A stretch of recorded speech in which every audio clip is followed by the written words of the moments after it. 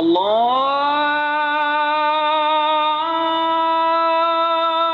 أكبر الله أكبر الله أكبر الله أكبر أشهد أن لا إله إلا الله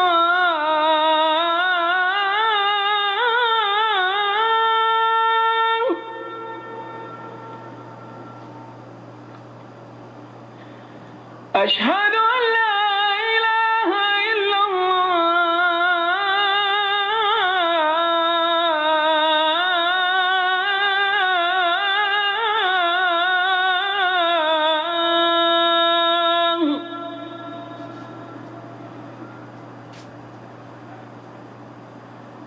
أشهد أن محمدا رسول الله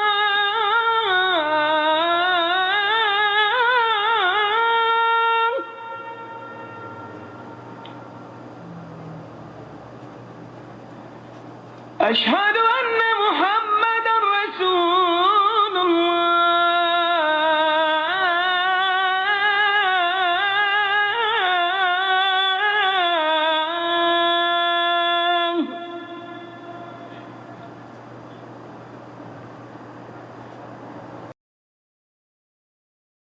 السلام عليكم ورحمة الله وبركاته. بسم الله والحمد لله والصلاة والسلام على سيدنا وحبيبنا محمد بن عبد الله وعلى آله وصحبه ومن والاه.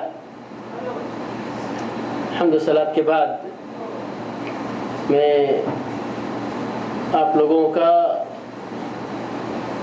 بلا کوئی وقت لیے ہوئے اور آپ کے اور شیخ کے درمیان کسی طرح حائل ہوئے بغیر صرف ایک چھوٹے سے اعلان کے بعد میں مائک شیخ کے حوالے کروں گا تاکہ آپ ان کی باتوں سے مستفید ہوں. وہ اعلان احسا میں یوم مفتوح کا ایک اجلاس عام ہو رہا ہے اسی جمعہ کو، اور یہ اوراق تفصیلات کے لیے اعلان رکھا ہوا ہے، لے کے معلومات کر لیں، اور جس بھائی کو جانا ہو اس کی اجتماعی صورت بن سکتی ہے، یہ مل کر کے ایک چھوٹی بڑی بس جتنے تعداد میں لوگ ہوں تو وہاں پر جائیں اور استفادہ کریں ضرور. آج کا موضوع ہے شیخ کا ہمارے، اور شیخ محتاج تعارف نے 2 ہفتہ پہلے یہاں پر ماشاءاللہ ایک نہایت ہی محتم شان دعوت کے سلسلے میں، دعوت کی اہمیت کے سلسلے میں درس دے چکے ہیں. اس لیے اور کافی سارے ہمارے مستمعین، ہمارے سامعین کرام شیخ کو پہچان چکے ہیں، اور آج کے موضوع کی اہمیت بھی ہم اور آپ پر کسی بھی طرح مخفی نہیں ہے. جادو کے احکام، جادوگروں کی شعبدہ بازی، جادو کا حکم اور اس کا علاج. جادو کس طرح سے کن وسائل کے ذریعے کیا جاتا ہے، انشاءاللہ یہ شیخ کا خاص اور اہم موضوع ہے. شیخ اس موضوع کے اسپیشلسٹ ہیں، اس لیے میں بلا کسی تاخیر کے مائک کو شیخ کے حوالے کرتا ہوں اور دعوت دیتا ہوں اس دعا کے ساتھ کہ اللہ تعالیٰ شیخ کے علم میں، عمر میں برکت عطا فرمائے اور ہم کو بار بار ان سے استفادہ کرنے کا موقع عنایت فرمائے. إن الحمد لله نحمده ونستعينه ونستغفره ونؤمن به ونتوكل عليه ونعوذ بالله من شرور أنفسنا ومن سيئات أعمالنا إنه من يهده الله فلا مضل له ومن يضلله فلا هادي له وأشهد أن لا إله إلا الله وحده لا شريك له وأشهد أن محمدا عبده ورسوله.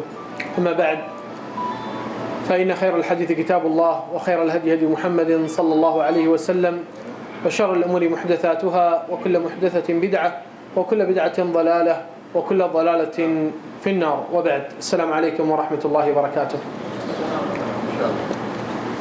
اللہ رب العزت قرآن مجید میں فرمائے والذین اهتدوا زادهم هدى وآتاهم تقواهم. اور جو لوگ ہدایت مزید لینا چاہتے ہیں اور اس پہ عمل کرتے ہیں، بے شک اللہ تعالیٰ ان کو مزید علم اور ہدایت بھی دیتا ہے، کیونکہ وہ لوگ عمل کرنے کی خواہش اور طلبگار ہیں.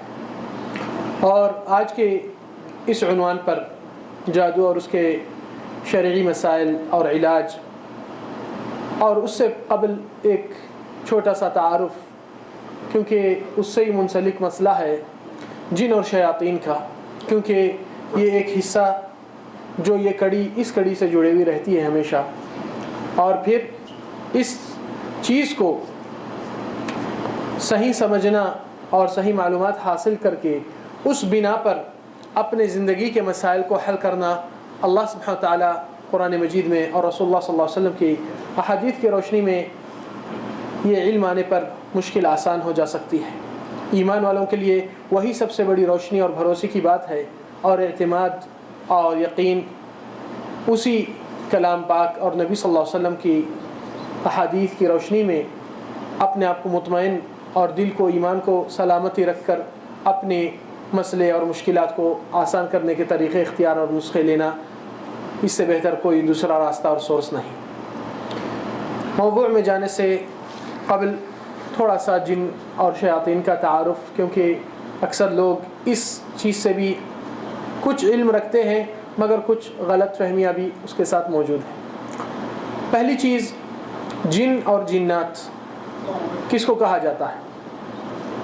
عربی زبان میں ہر وہ چیز جو ڈھانپے ہوئی ہو جاتی ہے، آنکھوں کے سامنے نظر نہیں آتی، اس کو جن اور جن، جیسا کہ قرآن مجید میں اللہ تعالیٰ فرماتے ہیں فَلَمَّا جَنَّ عَلَيْهِ اللَّيْلُ رَآ كَوْكَبًا، جب رات کا اندھیرا ہر چیز کو ڈھانپ دیا ہے تو ابراہیم نے ایک ستارے کو دیکھے تھے۔ اور اسی طرح جو بچہ پیدا ہونے سے قبل ماں کے پیٹ میں رہتا ہے اس کو کیا کہا جاتا؟ جنین کہا جاتا۔ اور اسی طرح جو آدمی پاگل ہے اس کو کیا کہتے ہیں؟ مجنون کہتے ہیں۔ کیوں؟ کیونکہ اس کا عقل غائب ہو چکا ہے اور عقل کے صلاحیت موجود نہیں۔ تو اس بنا پہ جن اور جنات یعنی کہ انسین چیز جو دیکھنے کی قابل نہیں۔ سوال یہ ہے کہ آپ کہتے ہیں کہ دیکھنے کی قابل نہیں، جبکہ کافی لوگ کہتے ہیں ہم نے جنات کو دیکھا تھا۔ تو اس چیز کو کیسا تعارض کو ٹھیک کر سکتے ہیں، یہ بات بھی ضروری ہے۔ اللہ سبحانہ وتعالی یہ فرما چکے ہیں کہ جنات اور شیاطین کو ان کے اصلی روپ اور ان کے اصلی شکل میں آپ نہیں دیکھ سکتے ہیں۔ یہ سورہ اعراف میں اللہ سبحانہ وتعالی اس حقیقت کو بیان کر چکے ہیں، اِنَّهُ يَرَاكُمْ هُوَ وَقَبِيلُهُ مِنْ حَيْثُ لَا تَرَوْنَهُمْ، وہ اور اس کے قبیلے والے لوگ۔ کیا مطلب؟ یعنی اس کے بھی خاندان ہے؟ جی ہاں۔ تو پھر اس کی نسل کہاں سے شروع ہوئی؟ جیسا کہ انسان آدم سے شروع ہوا تو جنات اور شیاطین کا ابلیس سے شروعات ہے۔ اور یہی چیز کو زیادہ لوگ نہیں سمجھتے ہیں کہ اس کے قبیلے بھی ہے اور لوگ کے تعداد بھی ہے اور لوگ کے کافی ایسے امور ہے جس کے بارے میں حقیقی معلومات کو غور کریں گے قرآن اور سنت سے، تب آپ کو یہ بات سمجھ میں آ سکتی ہے آسانی سے۔ تو پہلا مسئلہ، اس کا معنی جن یعنی انسین، جو دیکھنے کے قابل نہیں۔ تو وہ جواب یہ ہے کہ اس کی حقیقی شکل میں نہیں دیکھا جا سکتا مگر کچھ اور شکل میں نظر آ سکتا ہے، اور اس کے بھی دلائل قرآن اور سنت سے بھی موجود ہے، جیسا کہ اللہ سبحانہ وتعالی قرآن مجید میں جس وقت جنگ بدر کا واقعہ ہوا تھا،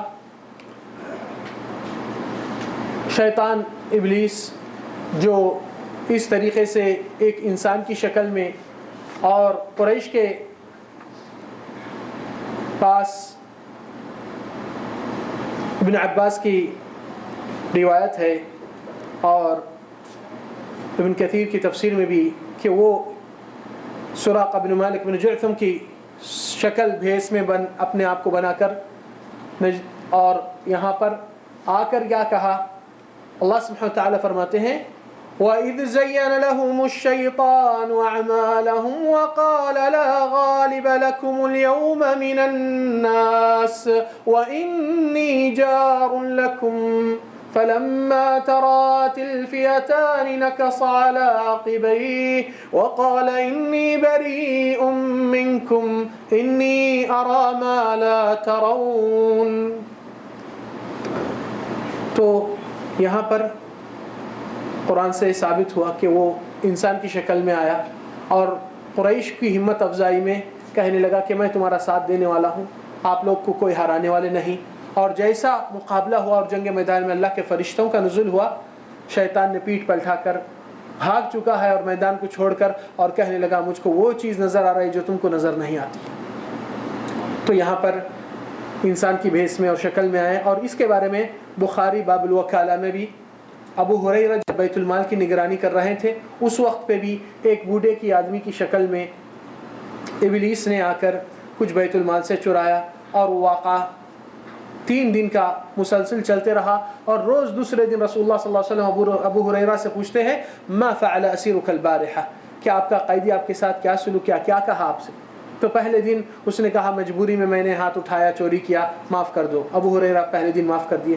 دوسرے دن وہ کہنے لگا مجبوری اور بیوی بچے پریشان ہونے سے میں ہاتھ آگے پھر سے اٹھایا چوری کرنے میں، آپ مجھے معاف کر دو، وہ لوگ پریشان ہو جائیں گے۔ تیسرے دن اس نے خود کہا اے ابو ہریرہ کیا آپ سے ایک بات کہوں جس کی وجہ سے میں آپ کو سکھاؤں گا، ایک بات اگر آپ پڑھ لیں گے تو آپ کے نزدیک کوئی شیطان قریب نہیں آئے گا اور مجھے چھوڑ دینا اس کے بدلے میں۔ تو ابو ہریرہ کہے کہ کیا ہے؟ تو وہ خود کہا کہ آیت الکرسی پڑھی۔ تو نبی صلی اللہ علیہ وسلم دوسرے دن پوچھتے ہیں ما فعل اسیرک البارحہ یا ابو ہریرہ، اے ابو ہریرہ آپ کا قیدی کیا کہا آپ سے؟ قال، کہا کہ کچھ چیز سکھاؤں گا اگر آپ پڑھیں گے آپ کے نزدیک کوئی شیطان قریب نہیں ہو سکتا۔ تو کہا آیت الکرسی۔ تو رسول اللہ صلی اللہ علیہ وسلم یہاں فرماتے ہیں صدقک وہو کذوب، یہ بات تو سچ کہا جبکہ وہ ہمیشہ کا جھوٹا ہوتا ہے۔ یہ بات کو غور کیجئے کیونکہ علاجوں میں اپنے کو یہ اہمیت نظریات کے بنیاد بنانا ضروری ہے۔ صدقک وہو کذوب، ہمارے رسول صلی اللہ علیہ وسلم ان لوگوں کو جھوٹا قرار دیتے ہیں کہ جھوٹے رہتے ہیں ہمیشہ، مگر یہ بات تو سچ کہا۔ تو اہل علم کہتے ہیں کہ حق کی بات اگر شیطان سے بھی آئے قبول کرنے کا حکم ہے۔ تو آج کئی لوگ اپنے بھائیوں سے حق کی بات ملتی ہے مگر کہتے ہیں کہ بھائی یہ تو کل کا بچہ ہے، ہمیں کیا سکھاتا ہے، تو کہتے ہیں ہم اتنے سالوں سے گزرے، ہم کو کوئی نے کہا، ہم نے نہیں کیا، ہمارے باپ دادا نہیں کیے، تو وہ چیز میں بھی آ کر حق سے روگردانی کرتے ہیں، اور یہ کبر کی علامت ہے جو جنت سے روکتی ہے۔ تو اور بھی وقائع میں ابو سعید الخدری رضی اللہ عنہ جو مسلم میں اور ترمذی اور نسائی میں واقعہ ہے کہ رسول اللہ صلی اللہ علیہ وسلم ایک جنگ میں جب گئے تھے، وہاں پر ایک صحابی تھا جو شادی قریب میں ہو چکی تھی کچھ دن پہلے، تو رسول اللہ صلی اللہ علیہ وسلم دیکھے کہ اس کی ضرورت نہیں تو اس کو اپنے ہتھیار کے ساتھ اس کو کہتے ہیں کہ آپ مدینہ چلے جائیے، اپنی بیوی کے ساتھ رہیے اور یہاں پر کفایہ ہے، اور احتیاط کے لیے اس کے ساتھ اس کا نیزہ حربہ دے دیتے ہیں صلی اللہ علیہ وسلم۔ جیسا وہ پہنچتا ہے اپنے گھر، رات کا وقت کافی ہو چکا ہے، اس کی زوجہ اس کی بیوی گھر سے باہر ٹھہری ہے، تو بیوی پہ شک کرتے ہوئے اپنا حربہ اپنی بیوی کی طرف اٹھاتا ہے، تو وہ کہتی ہے آپ ٹھہری، آپ ایک نظر اندر دیکھیں تو آپ کو پتہ چلے گا کہ میں کہ باہر کیوں آئی۔ تو صحابی جب داخل ہوا دیکھا کہ ایک سانپ اپنے بستر پہ وہاں اپنے گھر کے اندر موجود ہے، جس کی وجہ سے وہ بھی خوف لے کر باہر نکل چکی، اور وہ صحابی نے اپنا نیزہ لے کر اسی سانپ کو اس وقت قتل کیا، اور اس کی بیوی یہ واقعہ نبی صلی اللہ علیہ وسلم کے پیش کرتے ہوئے کہی کہ اللہ کے نبی مجھے پتہ نہیں کس کا پہلے موت ہو گئی، وہ سانپ کیا میرے شوہر کی، اسی وقت وہ بدلہ چکایا گیا۔ تو نبی صلی اللہ علیہ وسلم اس وقت صحابہ کرام کو اعلان کرتے ہوئے سناتے ہیں کہ جنات کچھ مدینہ میں آئے جو اسلام قبول کر کے رہے، تو آپ لوگ اگر ان میں سے فَإِذَا رَأَيْتُمْ شَيْئًا مِّن ذَلِكَ فَآذِنُوهُ، تو اس کو وارننگ کرو، وارننگ کہ اللہ تعالیٰ کے حکم سے میں یہ وارن کرتا ہوں یا خبردار کرتا ہوں کہ آپ اگر جنات میں سے ہے تو آپ ہم کو بغیر تعزیت دے کر ہٹ جائیے، نہیں تو آپ کا قتل کیا جائے، اور وہ 3 بار دے کر آپ ہٹ جائیے، اگر وہ چیز جنات میں سے تھی چلے جائے گی، نہیں تو اس کو قتل کرنا۔ وَلَكِنْ اُقْتُلُوا ذُو الطِّفْيَتَيْنِ، نبی صلی اللہ علیہ وسلم کی ایک حدیث ہے کہ مگر ایک سانپ ہے جس کو فوری قتل کرنے کا حکم ہے، جنات اس شکل میں نہیں آتے، جو سانپ کے سر کے اوپر 2 سفید لکیر آتے ہیں، جو اس کے اوپر ایک علامت آتی ہے۔ نبی صلی اللہ علیہ وسلم فرمایا کیونکہ یہ سانپ کی نظر سے حاملہ عورت اپنے حمل کو ساقط کر سکتی ہے، اس کو گراتا ہے، اتنی تیز نظر رہتی ہے اس سانپ کی، اور یہ بھیس میں جب آتا ہے تو اس کو فوری قتل کرنے کا حکم آپ صلی اللہ علیہ وسلم نے دے دیا۔ خیر، تو یہاں پر آپ صلی اللہ علیہ وسلم یہ بھی دوسری حدیث میں بتائے تھے جو ترمذی اور نسائی اور ابن ماجہ اور احمد مسند میں ہے، آپ صلی اللہ علیہ وسلم نے فرمایا کہ کالا کتا شیطان ہوتا ہے جس میں ذری بھی سفیدی نہیں۔ تو یہاں پر پتہ چل چکا ہے، وہ حدیث عبداللہ بن مغفل کی روایت سے ہے، اور یہ حدیث کے بعد یہ علم میں آ گیا کہ اصلی روپ میں اس کو نہیں دیکھ سکتے، مگر مختلف شکلوں میں وہ لوگ تبدیل کر کے اپنے آپ کو لاتے ہیں اور آگے پیچھے نظر آتے ہیں۔ اور رسول اللہ صلی اللہ علیہ وسلم پہلی چیز جنات کے بارے میں تو لفظ معلوم ہو چکا ہے، مگر شیطان اور جن میں کیا فرق ہے؟ شیطان اور جن وہ دونوں میں کیا فرق ہے؟ کسی کو شیطان کہتے ہیں، کسی کو جن کہتے ہیں۔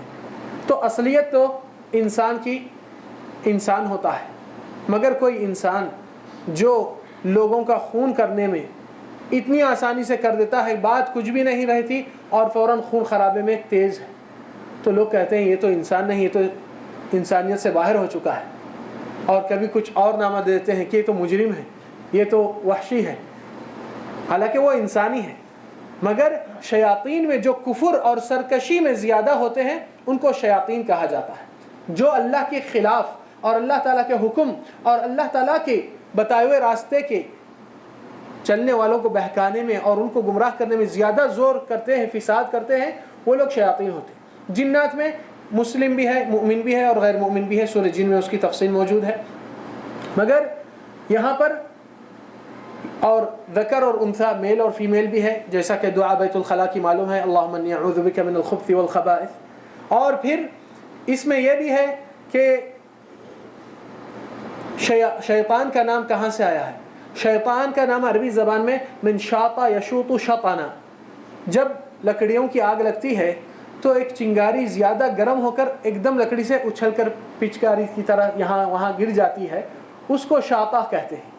تو جو اللہ کی رحمت سے اٹھا کر باہر پھینکا گیا وہ شیطان ہے، تو اس سے یہ شیطان کا۔ اور ابلیس کا نام، ابلیس ابلاس سے ہے، ابلاس کسی کو دور کر دینا، تو اللہ تعالیٰ نے ابلیس کو اس کی رحمت سے بالکل ہی دور کر چکا ہے، تو وہ ابلیس ہو چکا ہے۔ تو یہاں سے یہ مفاہیم کو سمجھنے میں یعنی مختصر کرتا ہوں میں کیونکہ وقت کافی ہو جائے گا، اور یہ سبجیکٹ کو عملی طور سے کس کے پاس سوال ہے تو انشاءاللہ اس میں بھی تکمیل کریں گے باذن اللہ تعالیٰ۔ اس لیے اللہ سبحانہ وتعالیٰ قرآن مجید میں ان کے کیٹیگریوں کے مختلف نامے اللہ تعالیٰ نے فرمایا، جیسا کہ سورہ صافات میں وَحِفْظًا مِنْ كُلِّ شَيْطَانٍ مَارِد، تو اس میں مارد بھی ہے۔ قَالَ عِفْرِيتٌ مِنَ الْجِنِّ، عفریت بھی ہے۔ وَمِنَ الشَّيَاطِينِ كُلَّ بَنَّاءٍ وَغَوَّاصٍ، تو مختلف ان کے حالات ہے، مختلف یعنی ان کی قابلیت ہے، مختلف پروفیشنل ہے، مختلف علم میں اور طاقت میں بھی موجود ہے، جیسا کہ سلیمان نے جب اپنی محفل میں کہنے لگے بلقیس اور اس کے عرش کو کون لے کر اٹھا کر آئیں گے وہاں سے۔ عرش ایک معمولی کرسی ٹیبل نہیں، ایک بڑا پتھروں سے پہلے تراش کر بناتے تھے، جو کنگ اور بادشاہ اوپر بیٹھتا ہے، اس کے حاشیہ اس کے اطراف میں بیٹھتے تھے، ان کی اسمبلی جو محفل ہوتی تھی۔ تو سبا کی یمن کی مملکت سے عراق تک لانا 3000 کچھ فاصلہ کلومیٹر ہے۔ قال عفریت من الجن، جنوں میں سے ایک عفریت کہنے لگا، سورہ نمل میں دیکھیے، انا آتیک بہ قبل ان تقوم من مقامک، آپ اپنی جگہ سے اٹھنے سے قبل میں وہ چیز وہاں سے اٹھا کر لاؤں گا۔ آج انسان کی کتنی پاور ہے، 1 سیکنڈ کے اندر، 2 سیکنڈ کے اندر یا 1 منٹ میں بھی وہ ایسی چیز کو وہاں سے یہاں تک پہنچ نہیں لا سکتا۔ جتنی بھی ٹیکنالوجی آج تک بھی موجود ہوئی وہ نہیں کر سکتی۔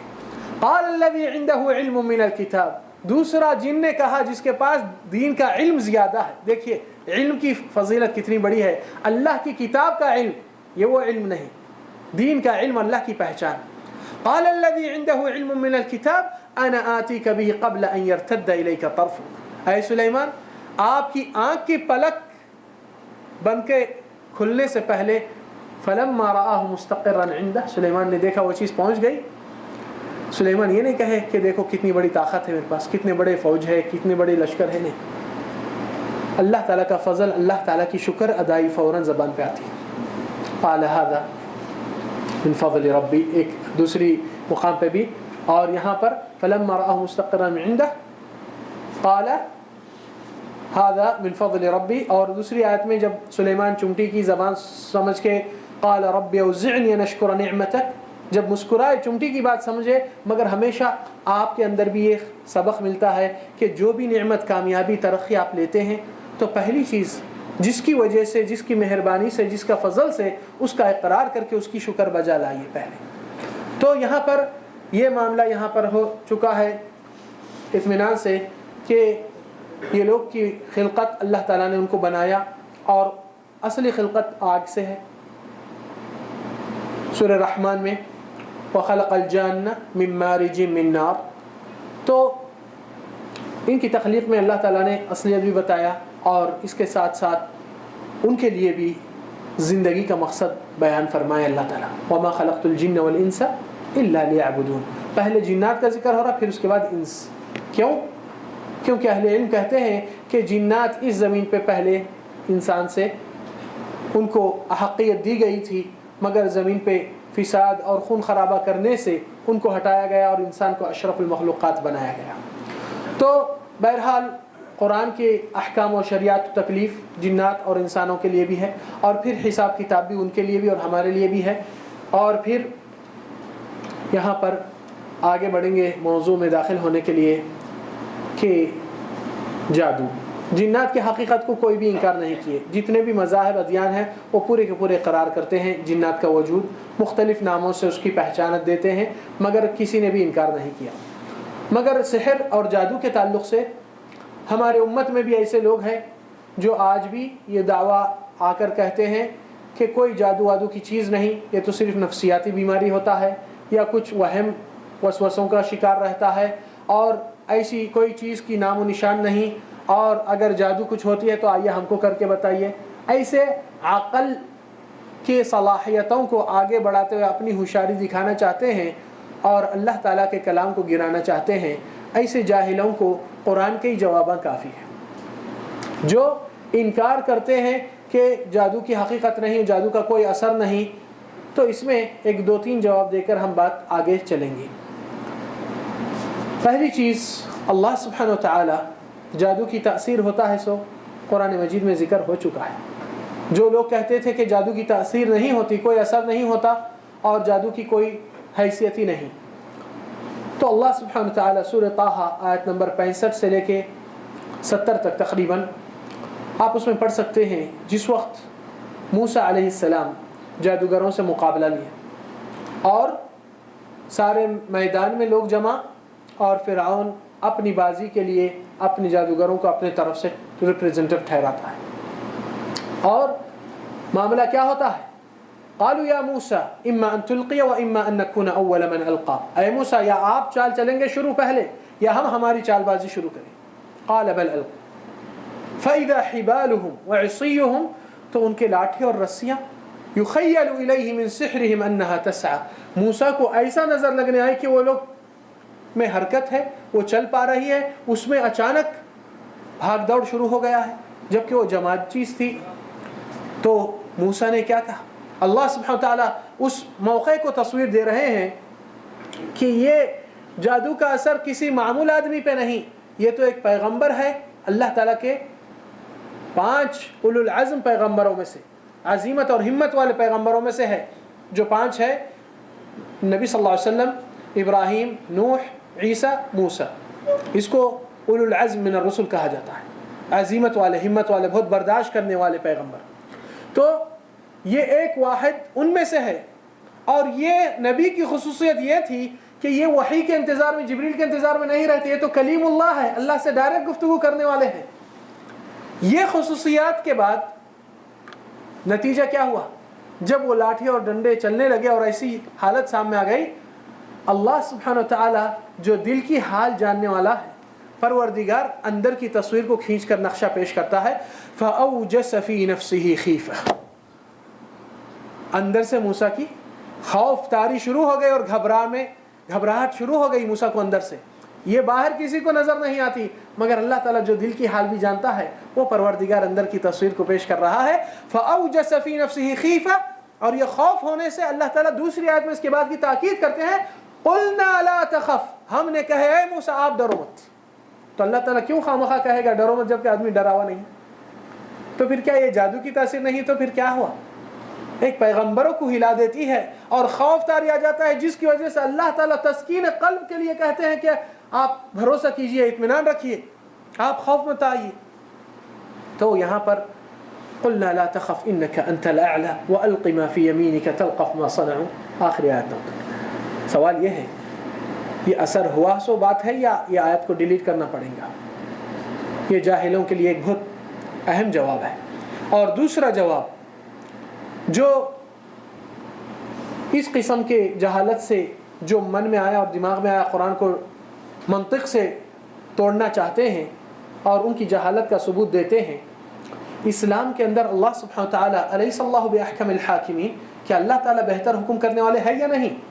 بے شک. تو پھر اللہ تعالیٰ کی حکمت سے اسلام کے قانون کو آپ دیکھیں گے تو جتنا جرم ہے اتنی سزا دی جاتی. اگر کوئی شراب پیتا ہے تو اس کو کوڑلے مارے جاتے ہیں، کوئی چوری کرتا ہے تو ہاتھ کاٹا جاتا ہے، کوئی قتل کرتا ہے تو اس کا قتل کے بدل اگر قصاص میں مقتول والے خون کے بدلے خون مانگے تو اس قاتل کا قتل ہو جاتا ہے. مگر یہ غور کرنے کی بات ہے، جرم جتنا بڑا ہوا سزا اتنے بڑھتے رہی. اور یہ حضرات آ کر کہتے ہیں کہ جادو کا کوئی اثر نہیں. کیا اسلام خواہ یہ لوگوں کو قتل کی سزا سنا کر کے اللہ تعالیٰ کو معلوم نہیں کہ ایک آدمی کچھ بھی نہیں کیا اسلام میں اس کے لیے تلوار کی نوک ہے؟ رسول اللہ صلی اللہ علیہ وسلم کہتے ہیں للساحر ضربۃ بالسیف، جادوگر کے لیے تلوار کی نوک اور اس کا سر قلم کیا جائے. تو کیا اللہ کو سمجھ نہیں کہ یہ بیچارہ کچھ بھی نہیں کیا، اس کو خامخواہ اسلام آ کر قتل کر دیتا ہے؟ عمر فاروق کے زمانے میں کئیوں جادوگر پکڑے گئے اور قتل بھی کیے گئے. حفصہ کے پاس ایک جادوگرنی تھی، اس کا بھی قتل کیا گیا. تو کیا یہ اسلام میں اتنی ناسمجھی ہے کہ کوئی کچھ بھی نہیں کرتا ہے اس کو اسلام آ کر گردن اڑا دیتا ہے؟ جو آج کل جاہلوں کے لیے یہ ناقص تصور ہے کہ اللہ تعالیٰ کی حکمت پہ وہ لوگ نقطہ نظر دکھاتے ہیں اور اپنی عقل کو آگے بڑھاتے ہیں. تو ہم کہتے ہیں اللہ سبحانہ تعالیٰ احکم الحاکمین ہے. اور جب دنیا میں انسان کی جان کو لوٹنے والے کے لیے جان کا قصاص ہے تو پھر جو لوگ کا ایمان لوٹ لیتا ہے اور لوگ کو ایمان سے بے ایمان کر دیتا ہے اس کے لیے بھی ایسی سزا رکھے گی. مگر آج افسوس سے کہنا پڑتا کہ ایسوں کا رواج اور دھندا بہت ہو چکا ہے، کیونکہ حق کی بات بولنے والے کمزور پڑ گئے اور جاننے والے اندھے بن کے بن گئے، اور جو لوگ وکٹمز ان کے بنتے جا رہے ہیں وہ لوگ اپنی لوگ کی جہالت کا فائدہ اٹھا کر لوگ کو اور گمراہی میں ضلالت میں ڈالتے جا رہے ہیں. خیر، اب یہ مسئلہ سحر کا اور جادو کا یہ بہت اہم نقطہ ہے جس کے بارے میں اللہ تعالیٰ قرآن میں کئی مرتبہ کافی وقت واقعات پیش کرتے ہوئے اس لفظ کا ذکر قرآن مجید میں 70 یا 80 بار سے زیادہ موجود ہے. اور اللہ سبحانہ وتعالی اس کے تعلق سے حرام قرار دیتے ہیں آیت نمبر 102 سورہ بقرہ میں، فَيَتَعَلَّمُونَ مِنْهُمَا مَا يُفَرِّقُونَ بِهِ بَيْنَ الْمَرْءِ وَزَوْجِهِ. یہ لوگ ایسی چیز سکھاتے ہیں ان کے غلط علم میں جس کی وجہ سے شوہر اور بیوی کے درمیان جدائی ڈالے جا سکتی ہے. اور آپس میں کیا مطلب کہ ایسے اسباب بنائے جاتے ہیں جو ایک دوسرے سے اختلاف بغیر وجوہات کے، ایک دوسرے سے نفرت بدگمانی بغیر کوئی وجہ سے، جس کی وجہ سے امت کی اتحاد میں افتراق اور انتشار. اور شیطان چاہتا ہے کہ جو ایمان سے گھر آباد ہو رہا ہے اس کو جڑ سے کاٹ کر پھینکے.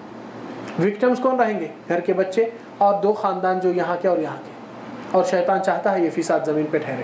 تو یہاں پر اللہ سبحانہ وتعالی اس کے بارے میں فرمائے وَلَقَدْ عَلِمُوا لَمَنِ اشْتَرَاهُ مَا لَهُ فِي الْآخِرَةِ مِنْ خَلَاقٍ وَلَبِئْسَ مَا شَرَوْا بِهِ أَنفُسَهُمْ لَوْ كَانُوا يَعْلَمُونَ. کتنی بدترین چیز لے کر آئے ہیں اگر ان کو پتا ہے کہ قیامت کے دن ایسوں کا کیا انجام، کتنی نقصان دہی چیز یہ لوگ اپنے آپ کو گلے لگا کر اس کو اپنائے. تو اللہ تعالی اس کے بارے میں شناعت کا لفظ استعمال کرے اور اس کی وضاحت ہو چکی ہے. نبی صلی اللہ علیہ وسلم کے حدیث میں بھی آپ صلی اللہ علیہ وسلم فرمائے اجتنبوا السبع الموبقات، 7 چیزوں سے پرہیز کیجئے جو جہنم میں ڈبانے والی ہے. قلنا وما ہن یا رسول اللہ، ہم نے پوچھا اللہ کے نبی وہ کیا ہے؟ قال الاشراک باللہ، اللہ سے شرک کرنا، اور والسحر جادو، وعقوق الوالدین، ماں باپ کی نافرمانی. تو اس طریقے سے اللہ کے نبی صلی اللہ علیہ وسلم اس کو بھی وہاں پر ذکر کرتے ہیں. اگر یہ چیز کا کوئی اثر ہی نہیں ہوتا تو نبی صلی اللہ علیہ وسلم اس کو کیوں ذکر کریں گے، کیوں بتائیں گے یہ جہنم میں ڈالنے والی بات ہے؟ تو حقیقت میں یہ بھی ایک جواب موجود ہے، اور بھی دوسرے جوابات ہیں، مگر کیونکہ سبجیکٹ کے اندر داخل ہونے کے بعد کچھ کافی تفصیلات آنے والے ہیں جس کو پہچاننا بہت ضروری ہے اور اس کا علم رہنا ہر انسان کے پاس بہت اہمیت کی بات ہے. آئیے دیکھیں گے کہ یہ ساحر اور یہ جادوگر اسلام میں اس کی اتنی بڑی شناعت سزا ہے، اور ایسوں کے لیے خطرناک فیصلہ اللہ تعالیٰ نے دے چکے ہیں اور رسول اللہ صلی اللہ علیہ وسلم، اور اس کے ساتھ ساتھ یہ جہنم میں ڈالنے والا عمل ہے، اللہ تعالیٰ کہتے ہیں آخرت میں اس کو کچھ ملنے والا نہیں، پھر یہ لوگ کیا چیز کا اپنا معاملہ قائم کرتے ہیں؟ کس چیز پہ بیس ہے ان کا کہ اس کے پاس صلاحیت ہے کچھ کرنے کی، آپ کے پاس کیوں نہیں ہے؟ وہ جن اور شیاطین اس کے ساتھ دیتے ہیں، اس کی بات سنتے ہیں، آپ کی بات کیوں نہیں سنتے؟ معاملہ کیا ہے؟ معاملہ یہ ہے کہ اللہ سبحانہ و تعالی جس وقت ابلیس کو لعنت وہاں پر ہوئی ہے، اللہ کی رحمت سے باہر کیا گیا، قال ربی فانظرنی الی یوم یبعثون، ابلیس اللہ تعالیٰ سے مہلت مانگ رہا ہے کہ اللہ تو مجھے مہلت دے دے قیامت کے دن تک۔ قال فإنک من المنظرین، اللہ تعالیٰ کہہ چکے ہیں کہ تجھ کو مہلت دی گئی۔ تو اس وقت ابلیس اپنے عزائم اور اپنے منصوبے ارادے ظاہر کرتا ہے، اور اللہ تعالیٰ اس کو قرآن میں بیان کرتے ہیں تاکہ ہم اور آپ آگاہ رہیں۔ قال فبعزتک، اے اللہ آپ کی عزت کی قسم۔ دیکھیے ابلیس اتنا سب سے پہلا نافرمان اور لعنت میں اترنے کے باوجود بھی وہ جب مانگا صرف اللہ سے مانگا، کسی کا وسیلہ نہیں لگایا اس میں، اور اس کی چیز بن چکی ہے۔ تو آج اکثر لوگ کہتے ہیں کہ ہماری دعا میں قبولیت نہیں، ہم گنہگار ہیں، ان کے طفیل سے، ان کے وسیلے سے، تو کیا ابلیس سے بہتر نہیں ہے کیا؟ اتنا تو سوال اپنے آپ سے کیجئے کہ ابلیس ڈائریکٹ مانگتا ہے تو اللہ تعالیٰ اس کو قبول کرتے ہیں، تو آپ تو اس سے تھوڑا تو اچھے تو ہے نا؟ اتنا تو اچھی احسان اپنے آپ پہ، اچھی گمان رکھیے اللہ سے۔ تو دوسری چیز کہ یہی ابلیس جس کے اوپر لعنت پھٹکار ہو چکی ہے، ابھی تھوڑی دیر میں مہلت حاصل کرنے کے بعد اپنے ارادے اور عزائم دکھا رہا ہے، تو کس کی قسم کھا رہا ہے؟ اپنے ماں کی یا باپ کی یا اپنے اولاد کی یا رزق کی؟ قال فبعزتک، اللہ تیری عزت کی قسم، اللہ کی صفات کی قسم کھا رہا ہے جو کہ شرعی قسم ہے وہ بھی۔ لأغوینہم اجمعین، یہ سارے بندوں کو میں گمراہ کر دوں گا۔ سورہ اعراف میں آیا ہے ثم لآتینہم من بین ایدیہم ومن خلفہم وعن ایمانہم وعن شمائلہم ولا تجد اکثرہم شاکرین، کہ آپ کے صراط مستقیم کے اوپر ٹھہر کر کسی کو یہاں سے گزرنے نہیں دوں گا، بلکہ میں خود ان کے پاس جا کر آگے سے، پیچھے سے، یہاں سے ہر طرح سے ان کو گمراہ کروں گا۔ تو اس کے عزائم اور منصوبے یہاں کھل کر آ چکے ہیں۔ اس کا جواب کیا ہوا انشاءاللہ اپنے آخری درس کے پارٹ، اس میں علاج کے پارٹ میں آئیں گا انشاءاللہ۔ تو یہاں پر یہ جادوگر اپنی کرشمہ، اپنی کچھ خوبی خصوصیت نہیں ہے اس کی، مگر اس کے کفر کا اعلان ہے کہ کہتے ہیں کہ ہمارے پاس اتنے موکل ہیں۔ تو ہم سوال کرتے ہیں کیا موکل یا تو وکیل سے ہوتا ہے، یعنی آپ کی جگہ وہ کام کرتا ہے؟ تو حقیقت یہی ہے کہ ان کے بہاف میں وہ کام کرنے والے ہیں، اور لوگوں کو احساس دلاتے ہیں کہ موکل جیسا کہ کوئی فرشتہ ہے میرے پاس، مگر وہ شیطان رہتا، مگر شیطان کو وکالت نامہ دے چکے ہیں اور شیطان کے اوپر بھروسہ کرتے ہیں، جبکہ اللہ کے نبی کہتے ہیں وہ جھوٹے ہوتے ہیں۔ تو جھوٹوں کے اوپر سہارا کرنے والا کیا سچا ہو سکتا ہے؟ ہرگز نہیں۔ تو یہاں پر سوال یہ ہے کیا موکلوں کو رکھنا جائز ہے؟ وہ لوگ سے جب سوال کرتے ہیں ہم، تو وہ لوگ کہتے ہیں کہ سلیمان علیہ السلام کے پاس دیکھو جنات تھے، ان کی خدمت میں تھے، وہ کرتے تھے۔ تو ہمارا سوال یہ ہے کیا سلیمان جنات کو مسخر کرنے کے لیے جنات کے سامنے اپنی عاجزی، منت اور اپنی عبادت پیش کرے ہیں، یا سلیمان علیہ السلام اللہ تعالیٰ سے مانگے قال رب هب لي ملكا لا ينبغي لأحد من بعدي انك انت الوهاب، اے اللہ تو مجھے ایسا ملک سے نواز دے جو میرے بعد کسی کو اتنا بڑا ملک حاصل نہ ہو، اور تو ہی دینے والا ہے۔ سلیمان جنات سے نہیں مانگے، اللہ سے مانگے تھے۔ آپ کو بھی چاہیے اللہ سے مانگنا، آپ جنات سے جا کر مانگ رہے ہیں۔ یہ دو فرق آ گئے یہاں پر۔ تیسرا کہ اللہ سبحانہ وتعالی فرماتے ہیں وَسَخَّرْنَا الرِّيحَ وَلِسُلَيْمَانَ الرِّيحَ تَجْرِي، سلیمان کو ہوا اور یہ جن جو بھی مسخر ہم نے ان کو لیے کیا، یہ ہم نے مسخر کیا، اللہ تعالیٰ کی تسخیر ہے یہ۔ اور یہ لوگ کس سے اپنے تسخیر کو جڑانا چاہتے ہیں؟ شیاطین کے بڑے سرکشوں سے، ان سے ٹائپ کرنا چاہتے ہیں۔ اس لیے وہ لوگ موکلوں کو حاصل کرنے میں کیا کرتے ہیں؟ کفری عمل علانیہ، جس میں اسلام سے تو کیا اللہ تعالیٰ کی گستاخی اور قرآن کریم کی، قرآن مجید کی توہین، اللہ کے رسول کی تو کیا دین اسلام کی پوری قرآن کی بے حرمتی۔ جیسا کہ یہ لوگ کچھ دنوں تک جنابت کی حالت میں ہوتے ہیں، کیونکہ یہ لوگ کس طرح ممبر ہوتے ہیں، یہ لوگ اپنے شیاطین سے اور اپنے کمیٹی میں ان کے موکلوں کو جمع کرنے کے لیے، حقیقی نام شیاطین ہے، شیاطین کو جمع کرنے کے لیے اپنے انڈر میں وہ لوگ شیطان کے سرکش کو منانے کی کوشش کرتے ہیں۔ کیسا؟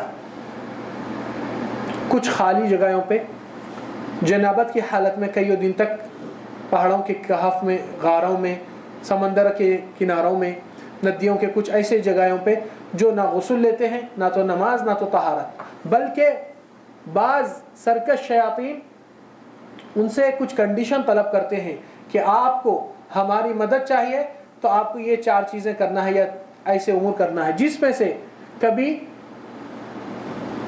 فعل حرام ارتکاب کرو کسی جانور کے ساتھ اور اس سے جنابت میں رہو، اور قرآن کو لے کر کچھ گندے خونوں سے اس کو آیاتیں لکھا کرو اللہ کے کلام کی توہین کرنے کے لیے، اور قرآن مجید کو اپنی چپل کی طرح پہن کر اس سے کھندلنا، جس گندگی اور مہری میں غلاظت رہتی اس طرح چلتے جانا، اور شیاطین کی آگ یا ان کی ایک بھیس کے سامنے سجدہ، رکوع، اور اپنے آنکھ جتنا بھی بدن ہے عاری رہنا بغیر لباس کے، جیسا کہ آپ ان کے حوالے ہو گئے اور وہ لوگ جیسا چاہے آپ کو استعمال کریں۔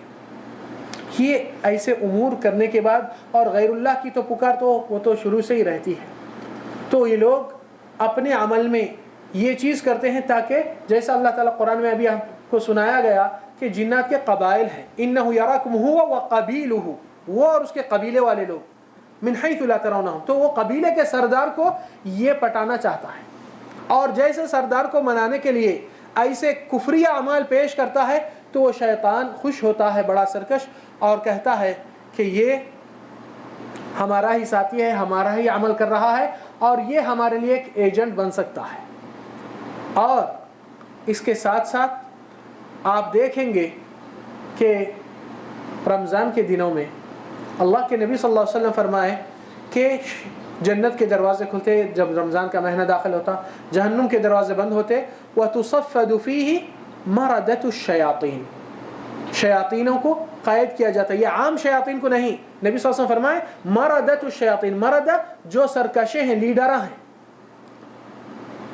تو نتیجہ کیا ہوتا ہے ابھی آپ کے سامنے آئیں گا۔ تو یہ جادوگر ایسے عمل کرنے کے بعد وہ سرکش جنات کا اپنے قبیلے کے چند لوگوں کو کہتا ہے کہ جاؤ اس کی بات سنو، جیسا یہ کہتا ہے، اور اگر نہیں سننے پر یہ لوگ کو اذیت اور تکلیف اور سزا دی جاتی ہے ان کے قبیلے کے اندر، تو وہ مجبوراً جا کر اس کے تابع ہونا پڑتا، جبکہ اس کے ساتھ خوشی سے کرنے کے لیے نہیں آتے ہیں مگر مجبوری کے تحت جڑ جاتے ہیں، اور بعض تو ان کا پیشہ یہی رہتا ہے۔ ہوتا یہ کہ ان کو غلط استعمال کرنے کے لیے، لوگ کے ساتھ فساد اور یہ چیز پھیلانے کے لیے، لوگ کے پاس یہ تصور بھی نہیں کہ جب بعض لوگ اپنے کچھ عامل اور جادوگر، عامل کہتے ہیں جبکہ وہ قرآن کے اوپر کوئی عمل ہی نہیں کرتا، جادوگر کا نام جادوگر ہی ہوتا ہے، تو وہ جادوگر کے پاس جیسا لوگ پاس پہنچتے ہیں تو کہتے ہیں یہ تو اتنا اللہ والا ہے، اس کے ہی حوالے ہو جاتے ہیں، کیونکہ کیا کرتا ہے، آپ پیشنٹ آتے ہی آپ کو یہ ہے، آپ کے پاس یہ گھر میں ہے، اتنے سال سے آپ کے ساتھ یہ ہو رہا، آپ کا پرابلم یہ ہے، آپ کا کارڈ نمبر یہ ہے، آپ کی یہ چیز ہے، آپ کی یہ چیز ہے، تو وہ آدمی تھوڑی دیر کے لیے پریشان ہو کر اپنے کچھ کمزوریاں چھپے ہوئے ہیں تو وہ سمجھتا ہے وہ صاحب کا وہ بدنامگی کر دیں گے ہماری، تو اس کے حوالے ہو جاؤ، اللہ والا ہے تو بہت بڑے اللہ والا ہے، یہ سب جانتے ہیں، تو ان کے حوالے ہو جاتے ہیں۔ مگر یہ لوگ کیسا جانتے ہیں معلوم؟ یہ واقعہ مدینہ میں بھی ہوا تھا، امام احمد بن حنبل کے زمانے میں ایک شخص آیا مدینہ میں، اور وہ شخص جتنے بھی مدینہ کے لوگ کچھ مٹھی پہ دانے یا پتھر یا کنکر یا جو بھی لے کر آتے ہیں، وہ کہہ دیتا ہے آپ کے مٹھی میں اتنے عدد ہے، 12 ہے، 20 ہے، 10 ہے، تو لوگ کا عالم ایسا ہو گیا ہے حیرت میں کہ یہ آدمی کتنا اللہ والا ہے، کتنے چیزوں کو پہچان رہا، کس کا بھی جواب غلط نہیں ہوا، جتنے لوگ لائن سے آئے پوروں کا صحیح جواب دیتے رہا۔ تو جب امام احمد کو پتہ چلا تو امام احمد کہنے لگے چلو ہم بھی دیکھ لیں گے آخر اس کا کیا ماجرا ہے، اور کچھ لے کر گئے اور پبلک آپ کے ساتھ جا رہی ہے، عالم دین ہے، وہ کون آدمی ہے ایسا عجوبہ دکھا رہا ہے، تو امام کہتے ہیں بتائیے یہ کتنے ہیں؟ تو وہ آدمی تھوڑی دیر کے لیے گم سم ہو کر پریشان ہو کر کہنے لگا نہیں یہ نہیں کہہ سکتا. لوگ پریشان, ارے بھائی آپ تو ابھی آخری آدمی کا نمبر بتائے, امام احمد کا کیوں نہیں بتا سکتے ہیں؟ بولے نہیں یہ نہیں بتا سکتا. تو امام احمد جو دین کا علم رکھنے والے تھے اس وقت کہنے لگے اے لوگوں, کیا تم لوگ اپنے نبی کے حدیث کو بھول بیٹھے ہیں؟ رسول اللہ صلی اللہ علیہ وسلم فرمائے کہ تم میں سے کوئی بھی نہیں ہے الا اس کے ساتھ ایک قرین ہے, شیطان کا جڑوا. اور جب آپ لوگ اپنے ہاتھوں سے وہ چیز کو گنتے تھے تو آپ کا قرین بھی اس کو پتہ چلتا تھا کتنے ہیں, اور آپ کا قرین اس کے موکل اور شیطان کو جو اس نے اس کا ساتھ لے رہا ہے اس کو خبر دے رہا ہے, اور وہ اس کو اطلاع دینے سے وہ آپ کے سامنے آپ کا بیان کر رہا تھا. میں نے جب یہ عدد لیا میں خود اس کو گنا ہی نہیں, میرے قرین کو کہاں سے پتہ چلے گا, اس کو خبر کہاں سے ملے؟ تو چوری کرنے والے کو آپ اس کو اعزاز دیتے ہیں, یہ تو اللہ والا ہو گیا. تعجب کی بات ہے, آپ کے خبریں آپ کے ذریعے سے ہی چراتا ہے اور پھر آپ اس کو سر پہ چڑھاتے ہیں. چلیے, تو یہ ایک چیز ہے ان میں جو سمجھ میں آتی ہے کہ ایسی چیزیں دکھا دیتے ہیں کہ لوگ سامنے والے تھوڑا سا پریشان ہو کر حیرت میں, ان کے اوپر خاص طور سے خواتین میں یہ بہت کمزوری ہے کہ چھوٹی چھوٹی بات میں بڑا قصہ بنا دیتے ہیں اور ایسا ایڈورٹائز دے دیتے ہیں کہ جنت کے دروازے یہیں سر کھلے ہیں جبکہ جہنم کا گڑھا ہے. حقیقت میں یہ بہت کمزوری اور ناقص علم کی وجہ سے یہ چیز کے شکار میں کافی لوگ مبتلا ہو جاتے ہیں. پھر یہ جادوگر جب ان کا ممبر بن جاتا ہے اور اپنے شیاطین کو مسلط کرتا ہے, رمضان کا واقعہ اس لیے میں ذکر کرا تھا کیونکہ رمضان میں یہ لوگ اپنے میٹر کلوز کر لیتے ہیں.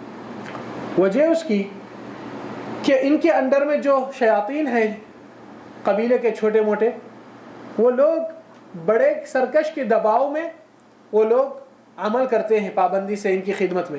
مگر جب رمضان میں اللہ تعالیٰ کے نبی فرمائے تصفد فیہ مردۃ الشیاطین, شیاطین کے سرکشوں کو قید کیا جاتا. کیونکہ بعض لوگ یہ چیز میں کنفیوژن ہو جاتے کہ بھائی کہتے ہیں رمضان میں شیطان بند ہو جاتے ہیں, ان کو تو ابھی تک آنکھ پہ اثرات ہو رہی ہے, چیخ رہا ہے, تکلیف دے رہا ہے. تو سارے شیاطین نہیں, شیاطین کے سرکشوں کو یہ ذہن میں رکھیں. تو جب سرکشوں کو قید کیا جاتا تو یہ جو ان کے انڈر میں تھے یہ لوگ کو کوئی روکنے والا نہیں. تو یہ لوگ جادوگر اگر رائٹ کہے تو یہ لوگ لیفٹ کر کے بھی دکھا سکتے ہیں کیونکہ ان کو کوئی روکنے والا نہیں. تو اس میں ان کی انسلٹ اور بدنامی ہوتی ہے. تو لوگ کو رمضان میں اپنا کاروبار بن کر کے لوگ کو دکھاتے ہیں جیسے کہ ہم عبادت میں لگے ہوئے ہیں, جبکہ وہ شیطانیت کا رول ہی پاور ختم ہو چکا ہے جس سے آپ کام کرتے تھے. تو یہاں پر یہ حقیقت کا انکشاف ہونے سے کافی لوگ شعور میں آئیں گے کہ یہ لوگ کا ماجرا اگر ایسا ہے اور ایسوں کو ہم اعزاز دیتے ہیں. آپ تعجب کریں گے کہ اللہ کے نبی صلی اللہ علیہ وسلم کی زندگی میں رسول اللہ صلی اللہ علیہ وسلم, یہ بھی جواب ہے ان کے لیے جو شیاطین سے مدد لیتے ہیں اور کہتے ہیں ہم نیک کام میں لیتے ہیں یا نیک جنوں سے لیتے ہیں. رسول اللہ صلی اللہ علیہ وسلم جس وقت جنگ خندق تھی, جنگ خندق میں دشمن کی فوج 10,000 کی سامنے ہے اور کافی خون کے پیاسے ہو چکے ہیں کیونکہ خندق اور گڑھے آنے کی وجہ سے وہ لوگ حملہ نہیں کر سکے, مگر تڑپ میں ہیں اور اس حد تک پیاسے ہے کہ کوئی بھی مسلمان ملے اس کو قتل کر کے جائے. کچھ ہفتے کے بعد رسول اللہ صلی اللہ علیہ وسلم مدینہ میں سرد ٹھنڈی ہوا چل رہی ہے, رات کا اندھیرا اتنا ہے, صحابہ کرام کو کہتے ہیں کہ تم میں سے کون جا کر ان کی خبر لے کر آئے اور اس کے جانے آنے کی گارنٹی میں دیتا ہوں. صحابہ کرام میں سے کوئی بھی نہیں اٹھے. کہتے ہیں نبی صلی اللہ علیہ وسلم اس کے لیے جنت کی خوشخبری ہے, کوئی نہیں اٹھے, اور وہ میرا ساتھی رہیں گا جنت میں. صحابہ بھی بشر تھے, ان کے ساتھ انسانیت فطرت تھی کہ خوف بھی وہ ہے. آخری میں رسول اللہ صلی اللہ علیہ وسلم تعین کیے اے حذیفہ آپ اٹھیے جائیے. تو حذیفہ کہنے لگے میرے کو دو چار, جب نام لینے کے بعد تو اب حکم تو وہ نہیں ہوگا. تو کہتے ہیں میں ڈرتے ہوئے خوف سردی سے نکل رہا ہوں, تو خندق کے گڑھے میں اترتے ہی سارا خوف ڈر مجھ سے چلا گیا اور میں مشرکین کے صف میں داخل ہو کر وہاں کے ان کے خیمے میں داخل ہو کر ان کی کیا خبریں ہیں, کیا نیوز ہے, کیا ارادہ ہے, وہ سن کر اللہ کے نبی کو آ کر بتایا. کیا رسول اللہ صلی اللہ علیہ وسلم ایسا نہیں کر سکتے تھے کہ کئیوں جنات میرے ہاتھ پہ اسلام لائے, ان سے ایک ہیلپ لے لیں گے؟ کیوں نہیں کیے؟ کیا سکھانا چاہتے ہیں رسول اللہ صلی اللہ علیہ وسلم کہ اس اسلام میں یہ چیز کی شرعی اجازت رہی ہے چاہے کتنے بھی نیک رہو. جبکہ رسول اللہ کو معلوم ہے کہ وہ مسلمان ہوئے, یہ دھوکہ دینے والا نہیں, اللہ تعالیٰ آپ کا ساتھ دے رہا ہے, اس کے باوجود نبی کا عمل کوئی سے بھی معاملے میں کبھی ان کا سہارا یا ان کی مدد نہیں لیے, اپنے سارے اسباب پورے اختیار کیے صلی اللہ علیہ وسلم. تو یہاں پر اب آئیں گے ہم ادھر بہت اہم نقطے اور اہم مدے پہ جو یہ جادوگروں کو پہچان کیسا کیا جائے اور ان کی پہچان سے کیا علامات آپ دیکھ سکتے ہیں اور کیا چیز سے آپ پرکھ سکتے ہیں۔ اکثر بیشتر جو مشہور علامت ہے کہ پیشنٹ کا نام پیشنٹ کی ماں کا نام، اور یہ چیز آپ دیکھ سکتے ہیں بعض ٹی وی پروگراموں میں بھی دیا جاتا ہے۔ پروگرام کا نام استخارہ دیا جاتا ہے، جبکہ استخارہ کوسے کونے میں ہے اور یہ نجومیت کہانت کوسے کونے کی ہے۔ اللہ کے نبی صلی اللہ علیہ وسلم کے شرعی اصطلاح کو لے کر اس کو غلط استعمال کر کے لوگ کو گھر میں بیٹھے ہیں ان کو کہتے ہیں کہ آپ کے ساتھ یہ ہو رہا ہے، آپ کے ساتھ یہ ہونے والا ہے۔ تو سوال یہ ہے، یہ لوگ ماں کا نام کیوں پوچھتے ہیں؟ کیا آپ کسی ڈاکٹر کے دواخانے میں جانے پر کوئی آپ سے ماں کا نام پوچھا کوئی ڈاکٹر؟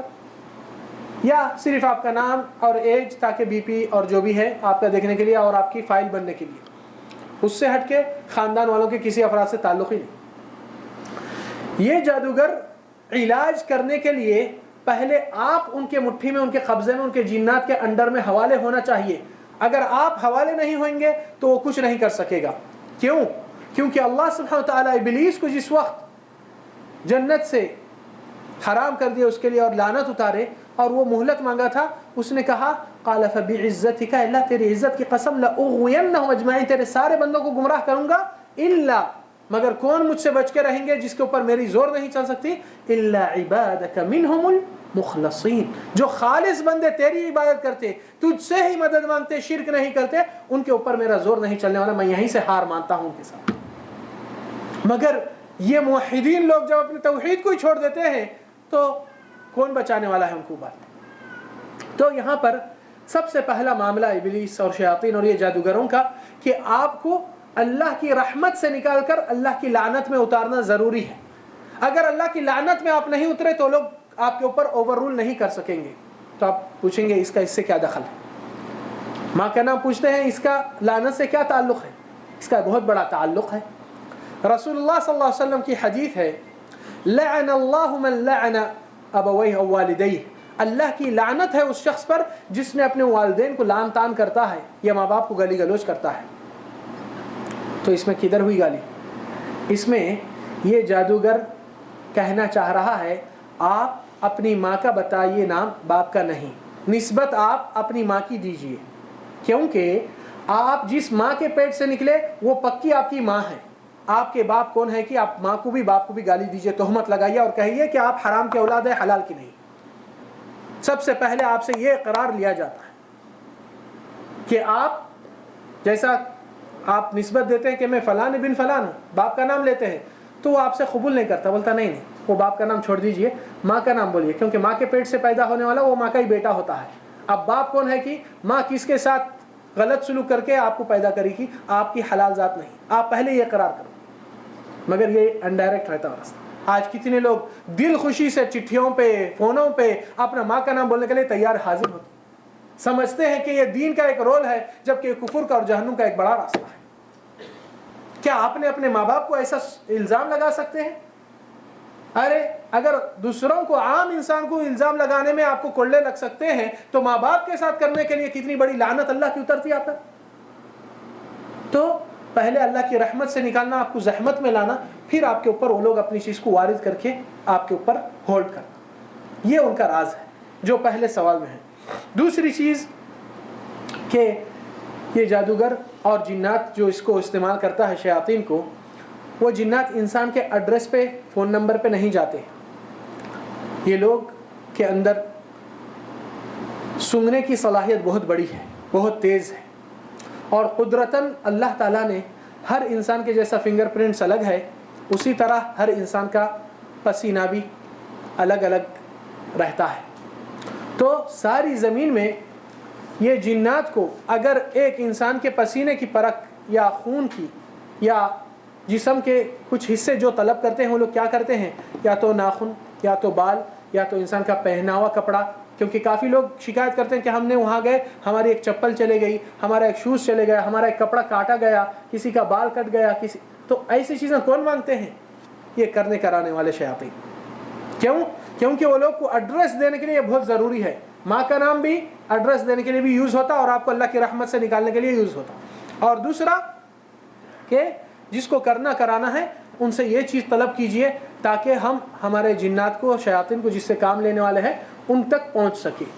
تو کافی خواتین اپنے گھر میں اپنے شوہر کے اپنے بچوں کی چیزیں جا کر ان کے حوالے کر دیتی ہے, سمجھتی ہے کہ خلوص محبت بڑھے گی, مگر وہاں پر شیطانیت کی پوری ہولڈ اور پورا ان کے حوالے ہو جاتے ہیں اور زندگی جہنم بن جاتی ہے جہنم سے پہلے, اگر ایمان سے انسان رجوع ہو کر توبہ نہ کرے تو یہاں پر یہ چیز کھلے الفاظ میں آتی ہے کہ یہ لوگ انسان کی پسینے کی چیز کو طلب کرتے ہیں اور ایسے علامات ان کے اندر پائی جاتی ہیں. تیسری چیز کہ یہ لوگ انسان سے کچھ مخصوص جانور کو طلب کرتے ہیں. بعض وقت کالا مرغا, لال بکرا, کوسی جگہ پہ کاٹنا ہے, کبھی کاٹ کر انسان کے جسم پہ اس کے خون کو وارتے ہیں, کبھی مختلف ایسی چیزیں.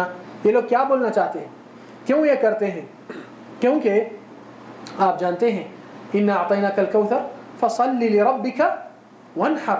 نماز جس طرح اللہ کا حق ہے کسی اور کا نہیں, اللہ کے لیے نماز پڑھیے, اور جو جانور ذبح کرنا ہے کاٹنا ہے وہ بھی اللہ کے نام سے ہونا چاہیے, کسی اور کے نام سے نہیں. تو یہ لوگ اپنے شیاطین کو خوش کرنے کے لیے کہ دیکھو ہم نئے ممبروں کو جہنم میں لائے, یہ لوگ بھی اللہ کے نام کے سوا تمہارے نام سے کاٹنے والے ہیں. کون سا جانور چاہیے, کون سے کلر کا چاہیے, کون سی جگہ پہ چاہیے.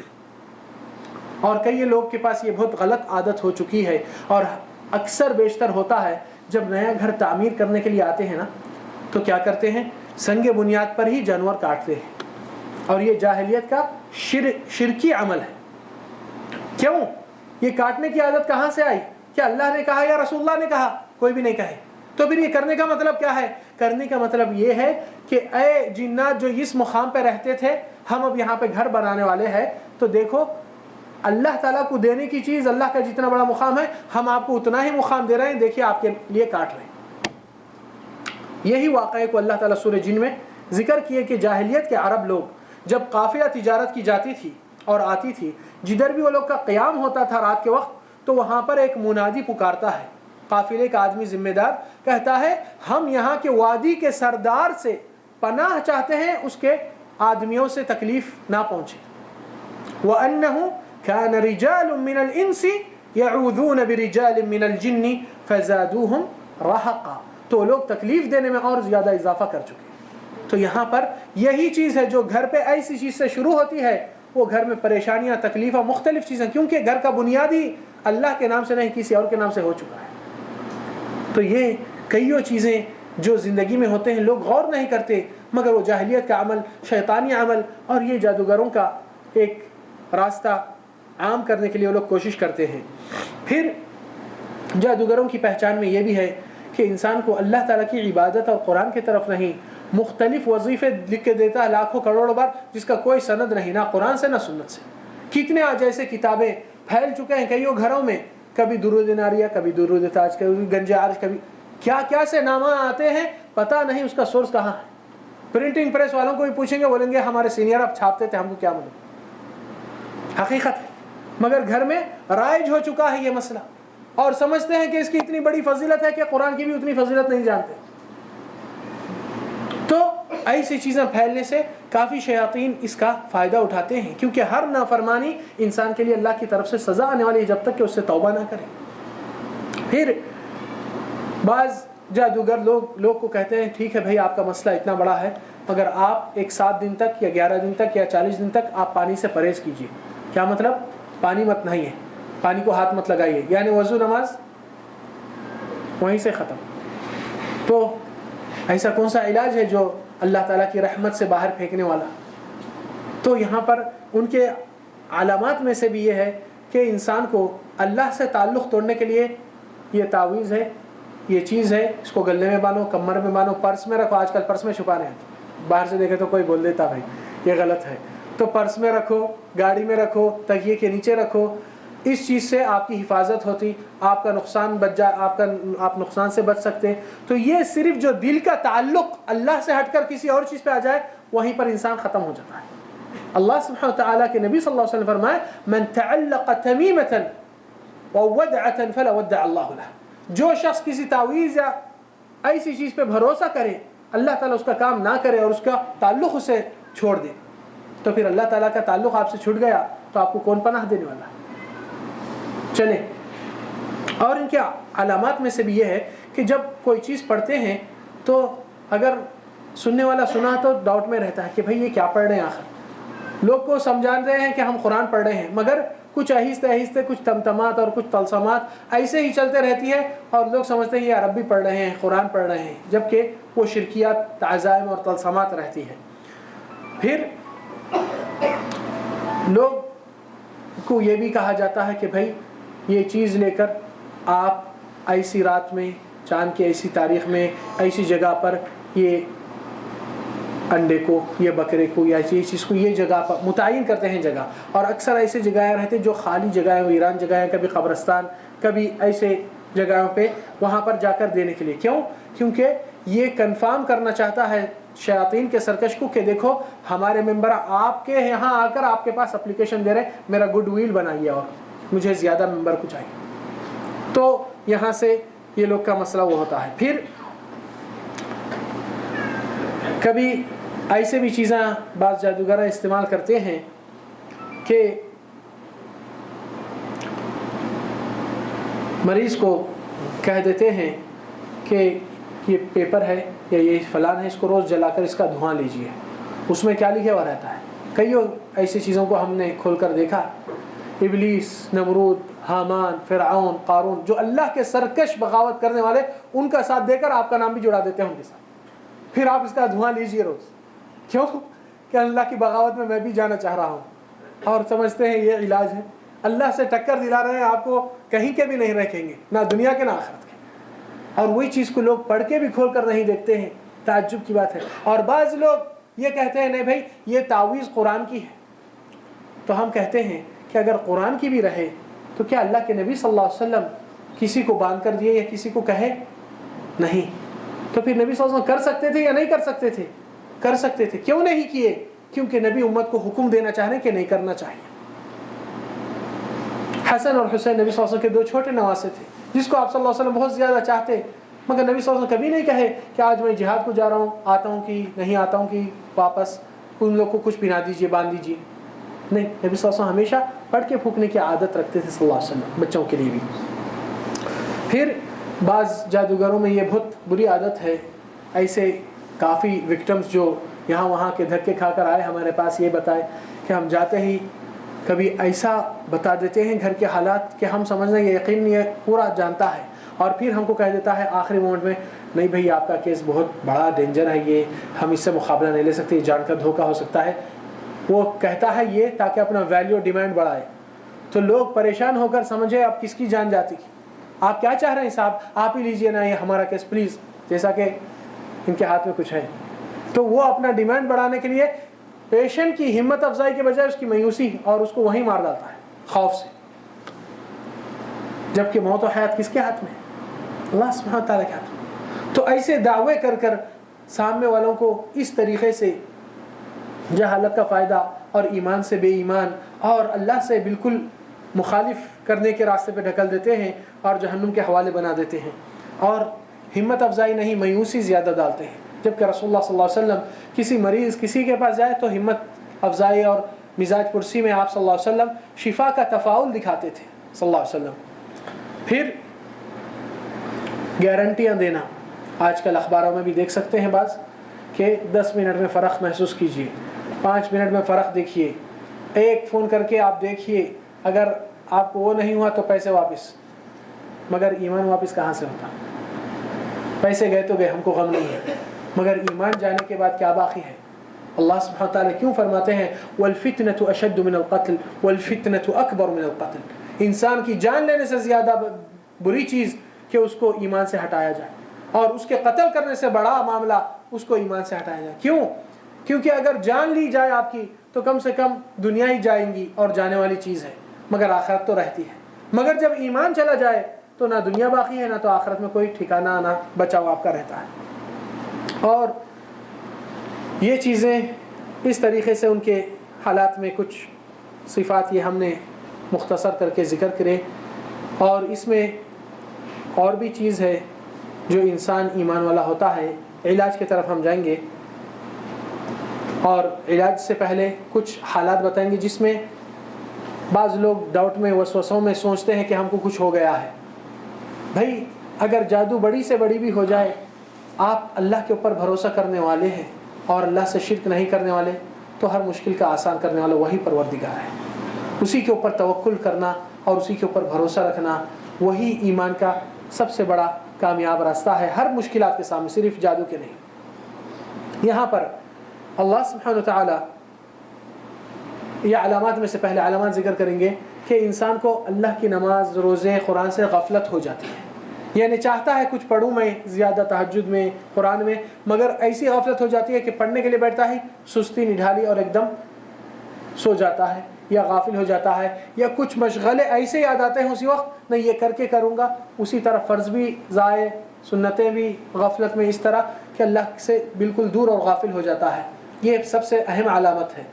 دوسری علامت کہ خوابوں میں کافی خوفناک خواباں جس میں انسان کو سکون کی، آرام کی نیند میں بھی آرام نہیں، اس میں بھی اس کو عقل کو مشغول کیا جاتا. اور پھر انسان کے طبیعت میں زیادہ فیڈ اپ، جلدی بیزارگی اور جلدی بحران ہو جائے اور کوئی چیز اس کو دل کو نہیں لگے اور ہمیشہ یہ محسوس کرے نا امیدی اور ایک دم مایوسی اور ڈپریشن. تو حد سے زیادہ چھوٹی بات پہ بھی ایک دم ڈپریشن زیادہ ہوتا ہے، اور بات چھوٹی بھی رہے تو اس میں بڑا جھگڑا اور بڑے امور ایسا پیدا ہو جاتے ہیں. پھر اس کے ساتھ ساتھ یہ بھی ہے کہ انسان کا سوچ بھی بدل جاتا ہے وقتاً وقتاً.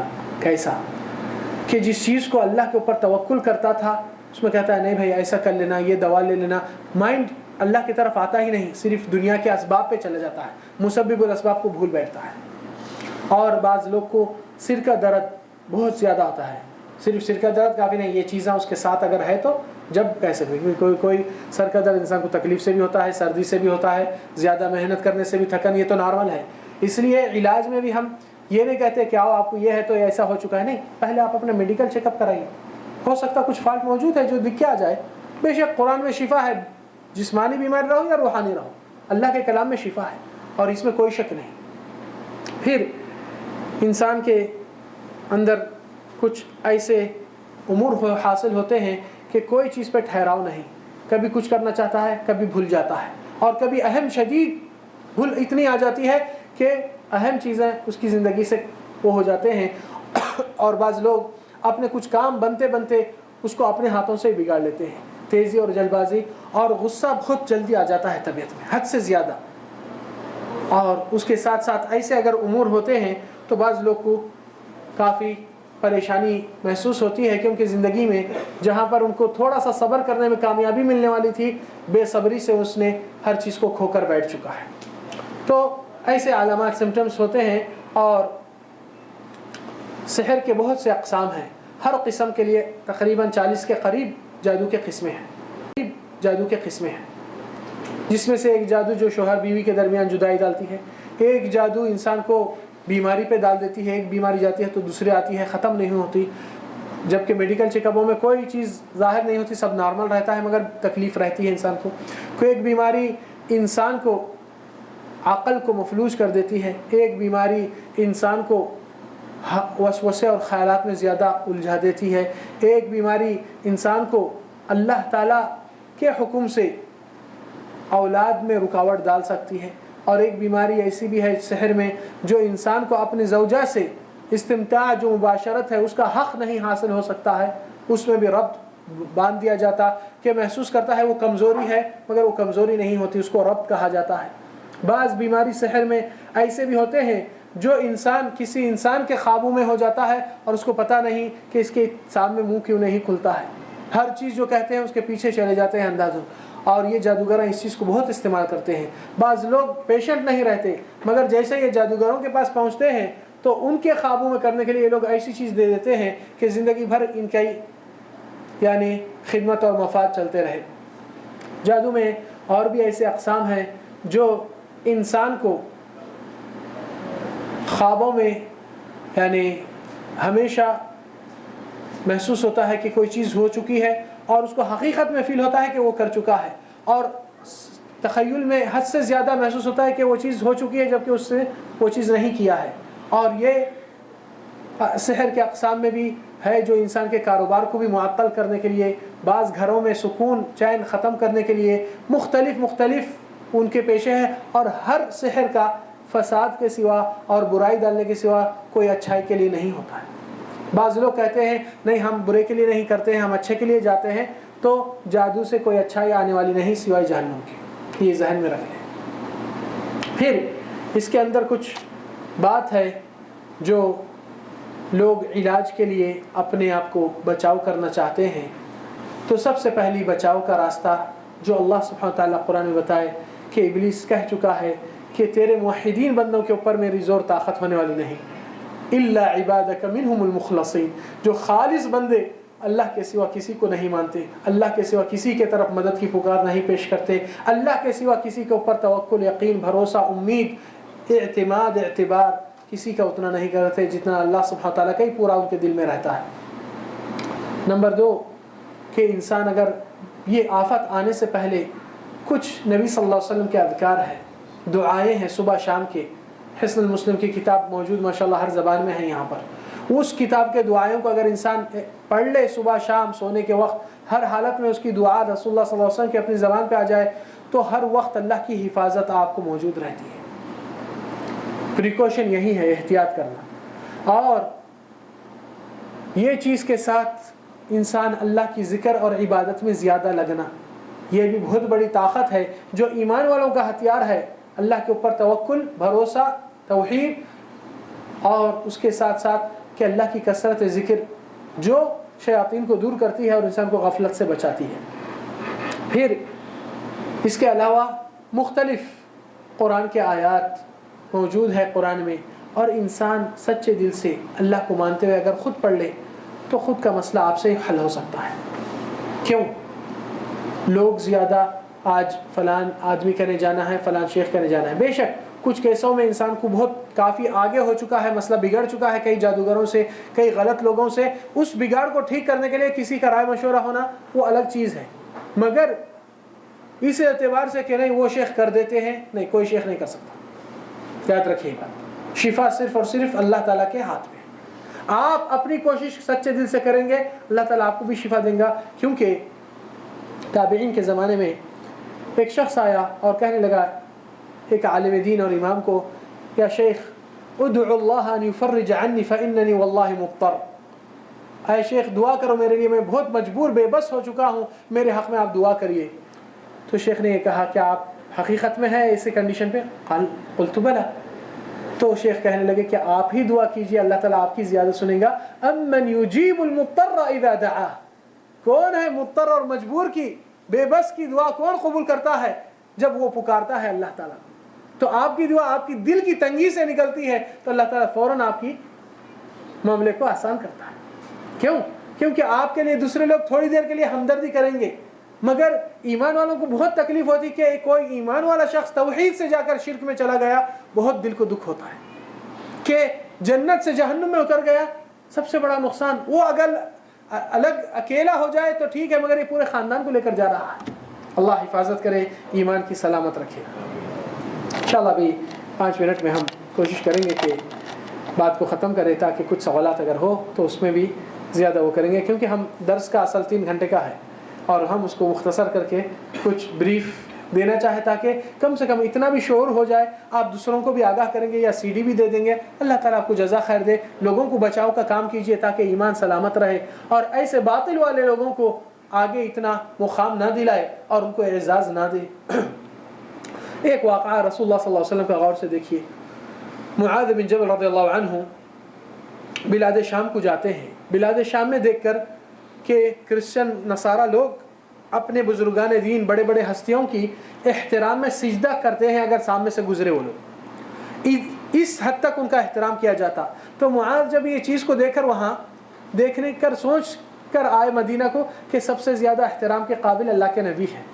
تو جیسا نبی صلی اللہ علیہ وسلم کو دیکھتے ہی معاذ فوراً سجدے میں گر پڑے. سجدے میں گر پڑے تو رسول اللہ صلی اللہ علیہ وسلم پریشان ہو کر پہلی بار ایسی چیز دیکھتے، اے معاذ اٹھو، یہ کیا ہے؟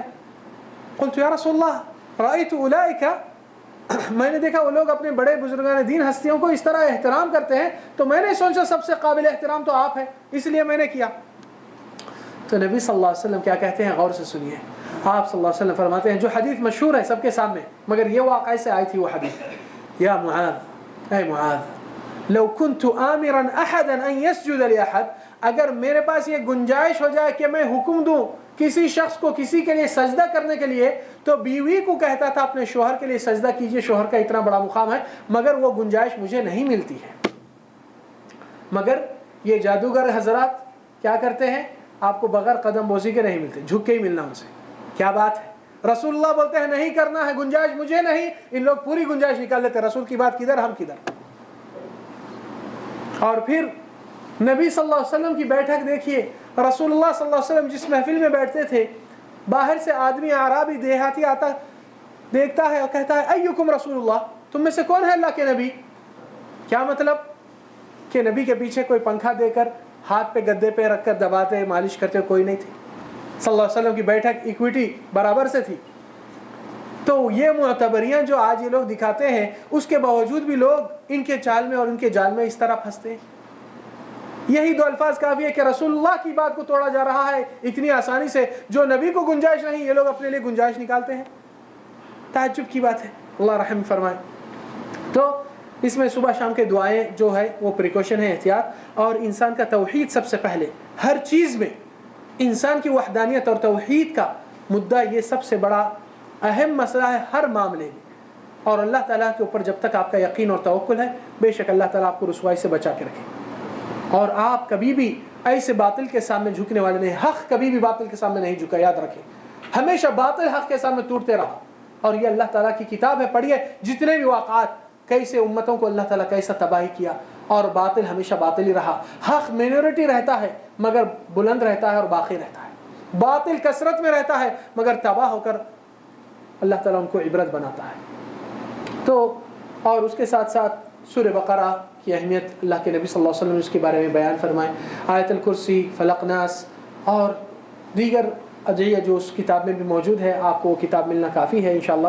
اور اس طریقے سے اپنے بچوں کو بھی سکھانا، کیونکہ لوگ اپنے بچوں کو کمزور ہے ایک سبجیکٹ میں ٹیوشن لگانے کے لیے تیار ہے، مگر شیطان کے زور سے کمزور نہیں، یعنی شیطان کا زور اس بچے پہ زیادہ ہے، تو بچوں کو ایک آیت سکھا نہیں سکتے، ایک دعا سکھا نہیں سکتے، سب چیز دنیا کی سیکھنے کے قابل ہے آپ کا بچہ، آپ کی بیٹی، مگر اس کو کیا نبی کے دعائیں اتنے سمپل چیزوں کو نہیں سکھا سکتے جس میں اللہ کی حفاظت ان کے لیے مقرر ہو جاتی ہے؟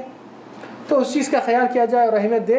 اور سحر کے آیتوں کا علاج اور طریقہ، اس کے مختلف آیات ہے علماء کے نزدیک، کیونکہ ہر کیس کا الگ الگ میٹر رہتا ہے، مگر یہی آیتوں کی اکثر علماء کے تجربے میں اور کچھ واقعات میں کچھ آیتوں کو زیادہ سے زیادہ یعنی زور محسوس کیے ہیں علاجات میں، تو وہی آیات آپ بھی پڑھ سکتے ہیں، اور ایسا نہیں کہ وہ فکس وہی ہے اس سے ہٹ کے نہیں پڑھنا، نہیں، ایسا کچھ نہیں۔ رقیہ شرعیہ میں نبی صلی اللہ علیہ وسلم اجازت دے چکے ہیں، لا بأس بالرقیہ ما لم یکن فیہا شرک، پڑھ کے پھونکنے میں کوئی حرج نہیں جبکہ اس میں شرک نہیں پایا جاتا۔ قرآن کی بات ہے یا نبی کی دعا ہے، اس میں کوئی ڈاؤٹ نہیں، بشرط کہ صحیح حدیث رہنا اور آیت کی صحیح تلاوت کرنا، کیونکہ تلاوت میں اگر غلطی کریں گے تو آیت کا مفہوم معنی بدل جاتا ہے۔ اور یہ افسوس سے کہنا پڑتا کہ آج کتنے ہمارے بھائی بہنیں نماز پڑھتے ہیں اور پہلے ہی الفاظ میں اللہ کی گستاخی کر دیتے ہیں۔ بتاؤں مثال، الحمدللہ رب العالمین، یہی ہے نا، کتنے لوگ الحمد پڑھتے ہیں؟ جانتے ہیں الحمد حمد سے ہے، تعریف سے ہے، اللہ کی تعریف ہے، اور حمد ہاتھ سے جب ہوتا ہے موت کا معنی ہے۔ اللہ کے لیے موت تو نہیں ہونے والی ہے، مگر آپ کا کہنا اس طرح ہو رہا ہے کیونکہ قرآن مجید میں اللہ تعالیٰ فرماتے ہیں وَتَرَى الْأَرْضَ حَامِدَةً، اور زمین آپ کو مردہ زمین نظر آتی ہے، فَإِذَا أَنزَلْنَا عَلَيْهَا الْمَاءَ اهْتَزَّتْ وَرَبَتْ، جب ہم بارش اتارتے ہیں تو وہ زندہ ہوتی ہے اور اپنے پھل پھول جھاڑ اگایا جاتا ہے، نکلتا ہے اس میں۔ تو حامدہ کا لفظ عربی قرآن میں موت کو کہا جاتا ہے کہ مردہ چیز کو۔ اگر انسان زبان میں صرف الحمد نہیں کہہ رہا ہے، الحمد کہہ رہا ہے، تو اللہ کو کتنی بڑی گستاخی کرنے کے برابر ہے۔ آپ تعریف کرنے کے لیے ٹھہرتے ہیں اللہ کے سامنے، اپنی زبان کو درست نہیں کر سکتے ہیں کیا؟ کم سے کم سورہ فاتحہ میں۔ تو یہ بہت اہمیت کی بات تھی، اس لیے میں ذکر کرنا مناسب سمجھا تھا، کیونکہ کافی لوگ غفلت میں قرآن کو بھی وہی اپنے لہجے کے یعنی ایکسنٹ میں اور زبان کو ٹھیک نہیں کرتے ہیں، استقامت نہیں لاتے ہیں، اللہ تعالیٰ تعریف ان کی کیا ہے، الذین یتلونہ حق تلاوتہ، جو قرآن کی تلاوت کرتے ہیں اس کی حق تلاوت کرنا، نہیں آتا سیکھیے، بری بات نہیں، مگر قرآن کو چھوڑ دینا کیونکہ میرے سے غلطی ہوتی، یہ شیطان کی ایک چال ہے۔ ایمان والا کوشش کر کے حاصل کرتا ہے اللہ کا قرب اور اللہ تعالیٰ کی گفتگو۔ اللہ سبحانہ وتعالیٰ سے یہ دعا ہے کہ رب العالمین آپ کو اور ہم کو ایمان کی سلامتی کے ساتھ شیاطین اور جادوگروں کے شر سے محفوظ رکھے، اور اللہ تعالیٰ ایمان کی دولت اور توحید کی دولت اللہ تعالیٰ آپ کے اور ہمارے دل میں مضبوط رکھے، اور رب العالمین ہر باطل کی طاقت سے لڑنے سے اللہ تعالیٰ ہم کو اور آپ کو مدد فرما کر کامیابی دے، اور ہر دین کا علم اللہ تعالیٰ آپ کو اور ہم کو اس کے راستے میں آسانی پیدا کرے، اور اس شوق آپ کے اور ہمارے دل میں اور اخلاص کے ساتھ اللہ کی عبادت کرنے میں قبولیت فرمائے۔ وآخر دعوانا الحمد للہ رب العالمین، وصلی اللہ وسلم علی نبینا محمد وعلی آلہ وصحبہ وسلم اجمعین۔ انشاءاللہ تعالی اگر ہو سکا تو میں انشاءاللہ جو سحر کے آیاتوں کا پرچہ جو لوگ اکثر استعمال کرتے ہیں جادو کے لیے یا نظر کے لیے، کیونکہ نظر کا سیکشن نہیں تھا آج ٹائم، کیونکہ جنات اور جادو کو مختصر کرے ہیں ہم، اس کے سیڈیز بھی یوٹیوب میں بھی حسین الزہرانی کے نام سے آپ ڈال دیں گے تو آپ کو پورے کلپس آ جاتے ہیں۔ یہ لیکچر تفصیل 6 دن کا تھا تو اس میں موجود ہے جو انٹرنیٹ پہ دیکھنا چاہتے ہیں، اور اس آیاتوں کا پرچہ انشاءاللہ یہاں مرکز میں بھی شیخ کے پاس انشاءاللہ موجود رہ جائیں گے، محبوب بھائی کے پاس باذن اللہ تعالی۔ اور اللہ تعالیٰ سے یہ دعا کی درخواست کی جا رہی ہے کہ اسلم بھائی کی والدہ کی مغفرت اللہ تعالیٰ فرمائے، اور ہر مسلمان کی جو توحید پہ مر چکا ہے اللہ تعالیٰ ان کی مغفرت اور ان کا حساب آسان کرے، اور ان کے قبروں کو نور سے بھر کے رکھے۔ وأعوذ بالله نذكر به وننساه، وآخر دعوانا أن الحمد لله رب العالمين، وصلى الله وسلم على نبينا محمد وعلى آله وصحبه وسلم أجمعين. جزاكم الله خير. السلام عليكم ورحمة الله.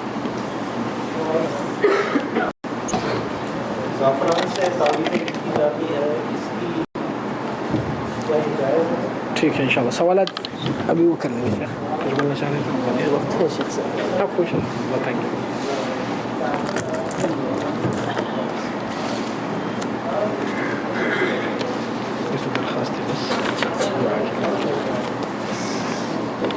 بسم اللہ الحمد للہ والصلاة والسلام علی رسول اللہ، وبعد سوال اگر تحریری ہو تو زیادہ بہتر ہے کہ میں شیخ کو دے دوں۔ جی ایک سوال ہے، پاکستان میں کیونکہ ایک چینل ہے جی استخارت بیٹھے بیٹھے بتاتے ہیں دنیا کسی کو نہ ہو، یہ کیا ہے؟ اس کے بارے میں ذکر ہو چکا ہے، پھر بھی تفصیل اور دیں گے۔ جی الحمد للہ والصلاة والسلام علی رسول اللہ۔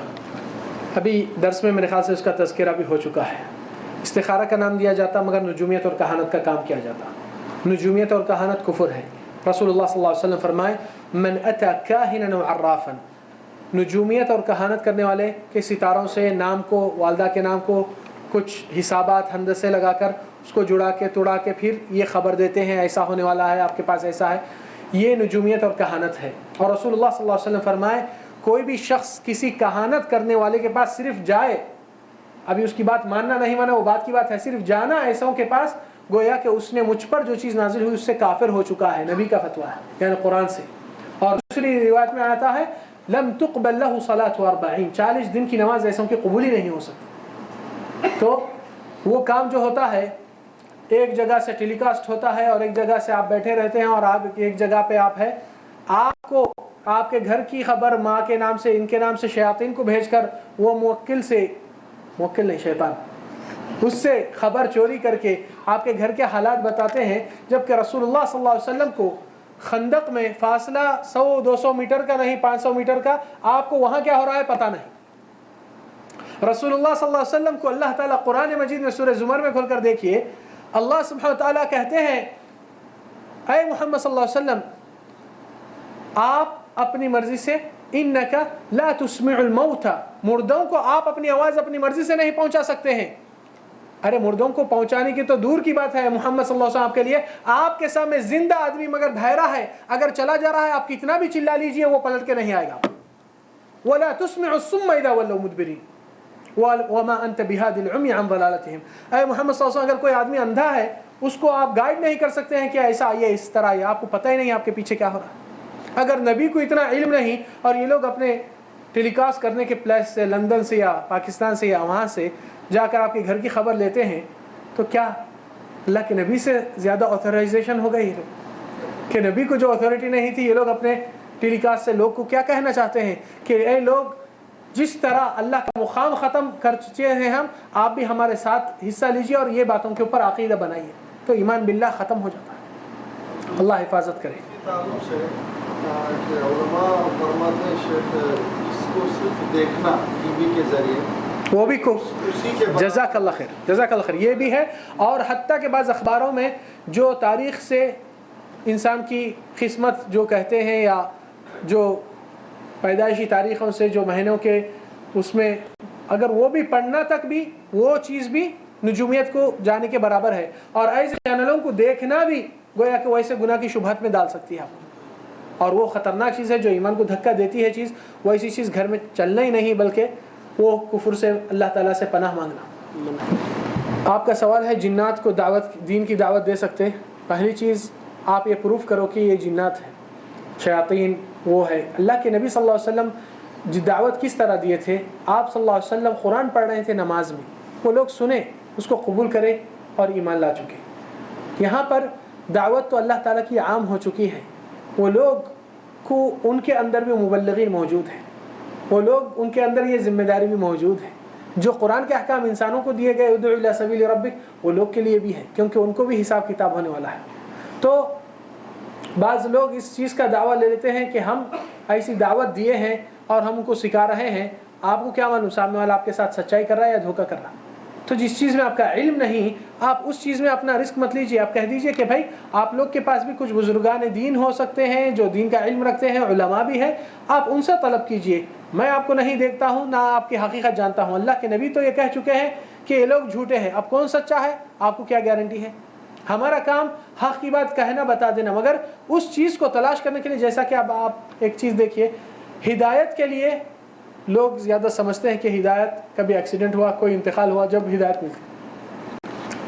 اللہ سبحانہ وتعالی جس طرح رزاق ہے اس طرح ہادی بھی ہے۔ رزق کے لیے انسان اسٹڈی کرتا، ڈگری لیتا، ایکسپیرینس ہولڈ کرتا، باہر ملکوں میں جا کر ڈیوٹیاں کرتا، اس لیے کہ رزق کو اللہ تعالیٰ نے کہا کہ میرا رزق کھاؤ مگر زمین پہ تلاش کرو میرے رزق کو، تو جب جا کے آپ کو رزق ملے گا۔ گھر پہ بیٹھ کر آپ یہ نہیں کہتے ہیں کہ اللہ جو قسمت میں لکھا وہ کھاؤں گا، رزق کے لیے تلاش کرنا۔ اسی طرح ہدایت دینے والا اللہ تعالیٰ وہی کہا کہ ہدایت کو بھی طلب کرو، والذین جاہدوا فینا لنہدینہم سبلنا، جو اس دین کی ہدایت کو طلب کرنے میں جدوجہد کرتے ہیں ان کو ضرور وہ راستہ دلائیں گے ہم۔ مگر آپ گھر میں بیٹھیں گے، درس کہاں سے ملیں گا آپ کو؟ آپ نماز پڑھنے کے لیے چاہیں گے تو مسجد کو ٹائم پہ پہنچنا پڑے گا، آپ کو وہ نیک صالح عمل روزے رہنا ہے تو رمضان کے ماہ میں پابندی سے اور نفلی روزے ان کے دن سنت کے حساب سے کرنا پڑے گا۔ یہ روشنی آنے پر آپ اپنی چیز کر سکیں گے۔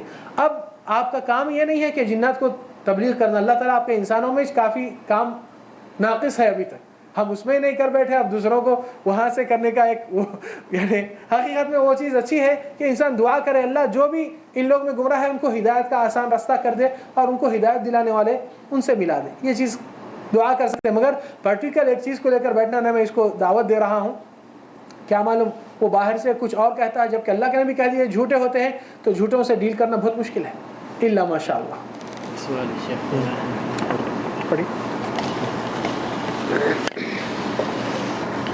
سوال ہے کسی بھائی کا، کہتے ہیں ہمارے عزیز ہیں، ان کا مسئلہ ہے کہ وہ تقریباً 1 سال سے بیمار ہیں، نفسیاتی مریض ہو رہے ہیں وہ، لیکن افاقہ نہیں ہے۔ وہ کہتے ہیں کہ ہر وقت میرے ساتھ 2 آدمی چلتے رہتے ہیں، وہ آدمی مجھے مار دیں گے، مجھے ڈر لگتا ہے ان سے، ہمیشہ اندھیرے میں سوتے ہیں، روشنی میں کم سوتے ہیں، برائے مہربانی کوئی علاج یا عمل بتائیں، شکریہ۔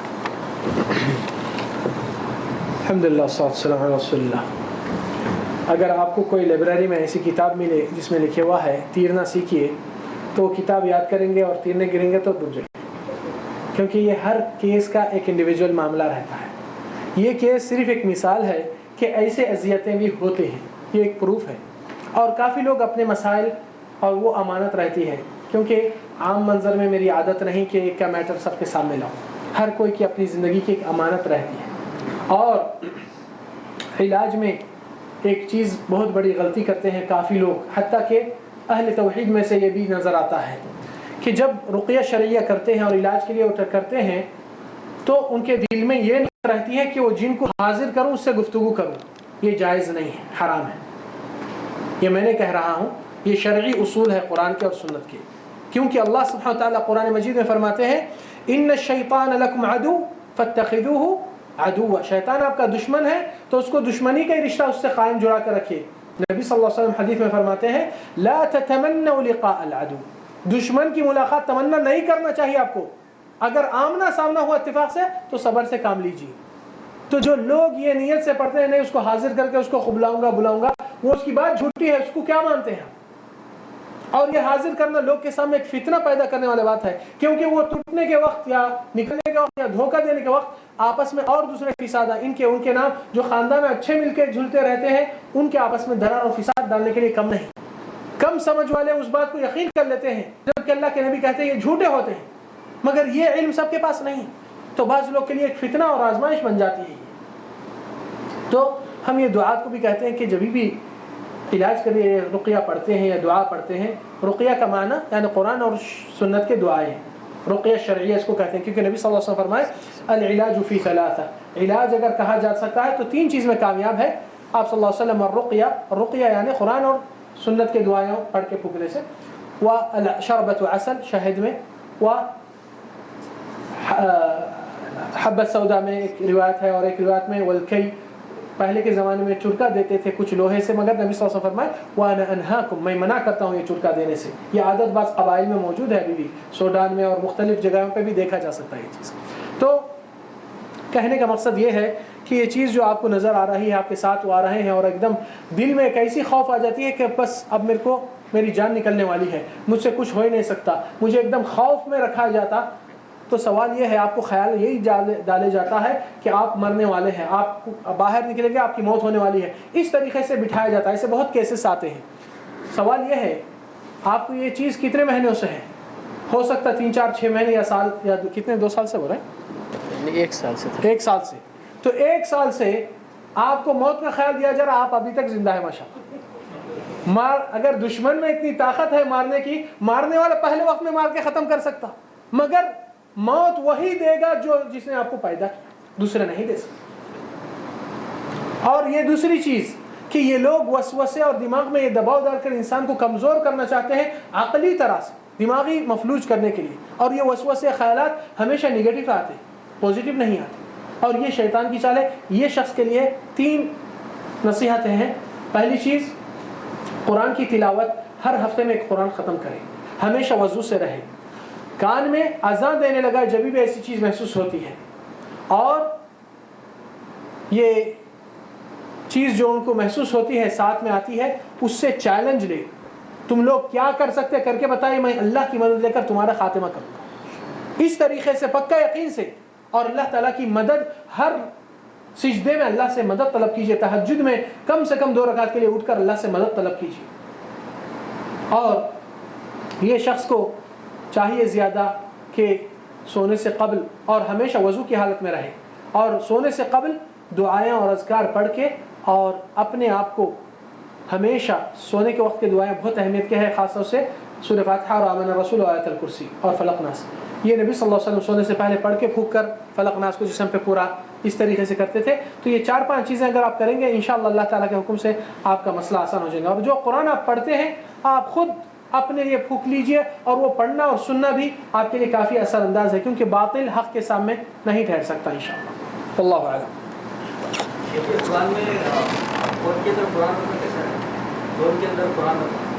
فون کے اندر اچھا، سوال یہ ہے کہ موبائل میں فون کو بعض لوگ ریکارڈ کر کے رکھ لیتے ہیں، تو کیا یہ جائز ہے یا نہیں؟ پہلی چیز، وسائل یعنی استعمال کرنے کے طریقے مقاصد سے تعلق رکھتے ہیں. کہ آپ قرآن کیوں رکھیں؟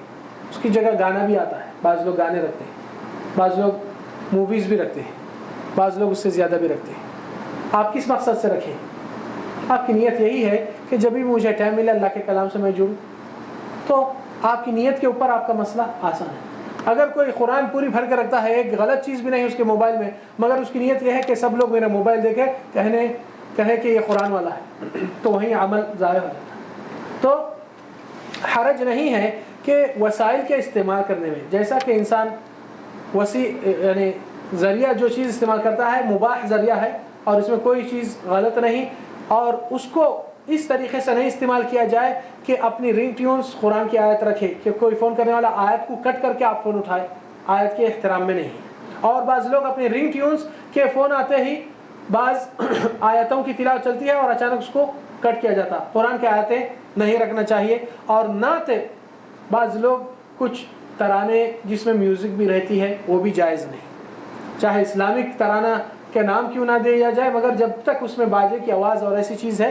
رسول اللہ صلی اللہ علیہ وسلم فرماتے ہیں اور قرآن مجید میں بھی یہ آیت ہے کہ اللہ تعالیٰ شیطان سے چیلنج لے کر کہتے ہیں وَاسْتَفْزِزْ مَنْ اسْتَطَعْتَ مِنْهُمْ بِصَوْتِكَ، اے شیطان تو جتنوں کو گمراہ کرنے کے لیے تیرے طرف کھینچنا چاہتا ہے تو اپنی پوری زور لگا دے اپنی آواز سے، یعنی کہ گانوں سے، تفسیر میں ہے بِصَوْتِكَ، اس کا آواز گانا ہے اور میوزک ہے۔ حتیٰ کہ رسول اللہ صلی اللہ علیہ وسلم جب ایک راستے سے جا رہے تھے، ایک شہنائی کی آواز آ رہی تھی تو رسول اللہ صلی اللہ علیہ وسلم اپنے 2 انگلیاں اپنے کان میں رکھ کر راستہ ہی بدل دیے۔ مگر تعجب ہے کہ آپ کے رسول راستہ بدل کے انگلیاں ڈال کر چلے جاتے ہیں، آپ انگلیاں کھول کر اسی راستے پہ جاتے ہیں۔ آپ نبی کی اتباع سے باہر ہو چکے ہیں، اللہ معاف کرے۔ تو قرآن کو استعمال کیا جائے مگر احترام کے ساتھ اور اس مقصد کے لیے، انشاءاللہ کوئی حرج نہیں ہے، اللہ اعلم۔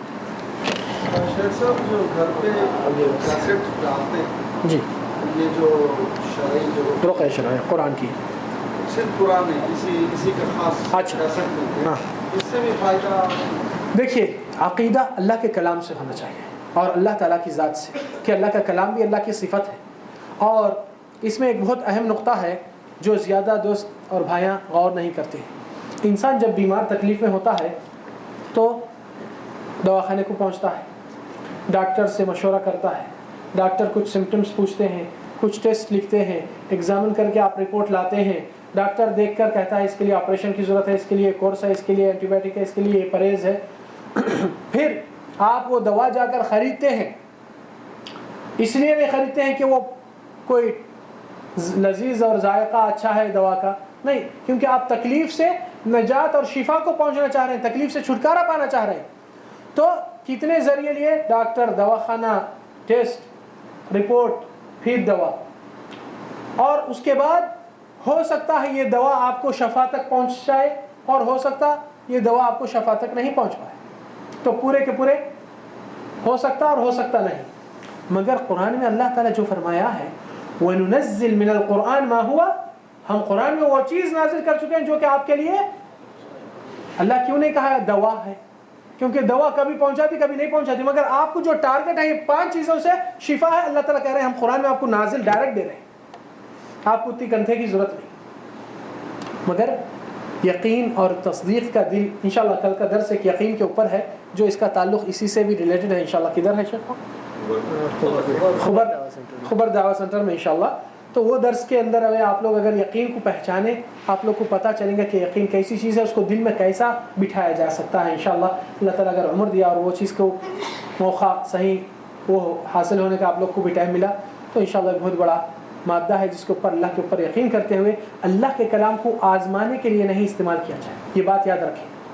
اللہ کے کلام کو کبھی بھی اس نیت سے اگر آزمائیں گے کہ اس نیت سے استعمال کریں گے کہ چلو ہم وہ شفا دیکھیں، وہ علاج دیکھیں، چلو قرآن کو بھی دیکھ لیں گے، اس کا مطلب آپ کے دل میں اس پہ شک ہے، اور شکی والوں کو شفا نہیں ہے، کیونکہ اللہ تعالیٰ فرمائے وَنُنَزِّلُ مِنَ الْقُرْآنِ مَا هُوَ شِفَاءٌ وَرَحْمَةٌ لِلْمُؤْمِنِينَ، جس کا ایمان اس کے اوپر ہے ان کے لیے شفا ہے۔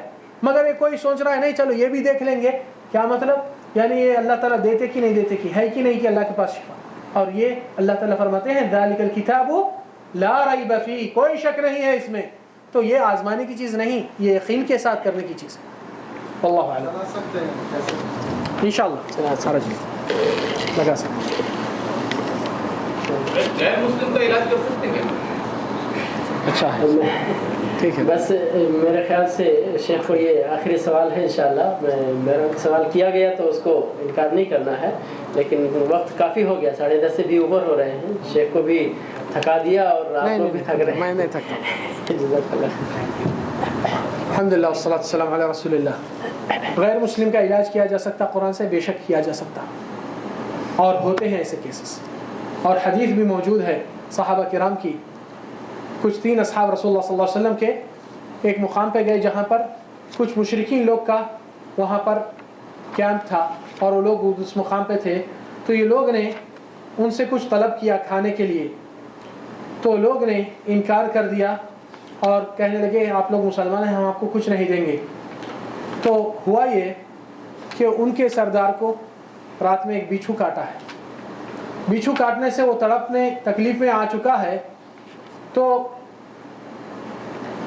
وہ لوگ کہنے لگے کہ یہ مسلمانوں کے پاس کچھ علاج کرتے ہیں, یہ لوگ کچھ پڑھتے ہیں. تو فوری وہ لوگ آئے ان مسلمانوں سے پوچھے کہ بھائی تمہارے پاس کچھ علاج ہے, ہمارے سیٹ کو اس طرح بچھو کاٹا ہے. تو لوگ کہیں ہاں, مگر آپ لوگوں نے ہم کو کچھ دینے سے انکار کر دیا, اس لیے آپ لوگ کیا دیں گے؟ تو لوگ بولے جو چاہے آپ پہلے ان کو ٹھیک تو کر دیجئے. تو وہ صحابی آ کر سورہ فاتحہ پڑھ کر تھوکا ہے اس جگہ پہ. تو وہ لوگ دیکھے کہ آدمی ایسا اٹھا ہے جیسا کہ کوئی تکلیف ہی نہیں, اور یہ مسلمانوں کو وہ انعام بکریوں کا حاصل ہو چکا ہے. تو یہ لوگ ڈاؤٹ میں آئے کہ شک ہے کہ یہ جائز ہے یا نہیں. تو رسول اللہ صلی اللہ علیہ وسلم کے پاس واپس جاتے ہیں کہ یہ چیز ہمارے لیے جائز ہے استعمال کرنا, کھانا یا اور حاصل کرنا. تو رسول اللہ صلی اللہ علیہ وسلم اس صحابی سے پوچھتے ہیں کہ آپ نے کیا پڑھا؟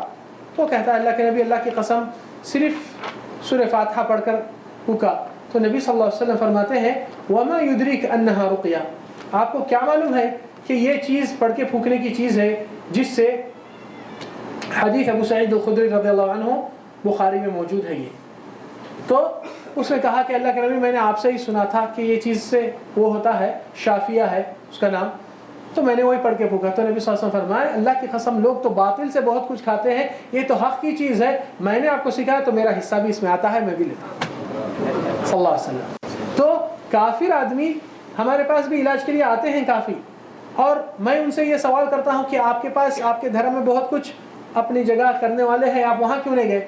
تو کہتا ہے میں جانتا ہوں صاحب وہ پورا کچھ بھی نہیں ہے, بکواس ہے, یہ آپ لوگ کا دھرم کی چیز ہے, صحیح چیز ہے. اس کا عقیدہ کیا ہے کہ ایمان آیا اس کے دل میں کہ یہ چیز سچی ہے. اور کئی لوگ بھی اسلام لائے ان کے علاج کے بعد, وہ لوگ نیت رکھ کے آئے تھے میرے پاس کہ اگر ان کے پاس جس کے پاس ہم ٹھیک ہوئیں گے ان کے مذہب کو اپنائیں گے. میرے کو معلوم نہیں تھا.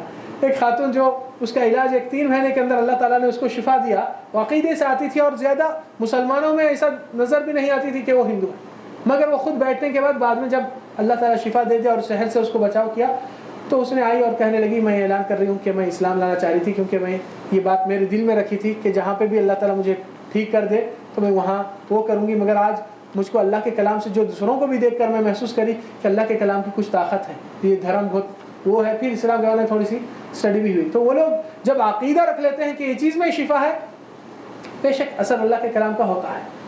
کیونکہ اللہ تعالیٰ فرمائے لو انزلنا هذا القرآن على جبل, اگر یہ پہاڑ پہ اتارا جائے تو پہاڑ پرزے پرزے ہو جاتا ہے. تو انسان کا دل اور جن اور شیاطین کیا وقت.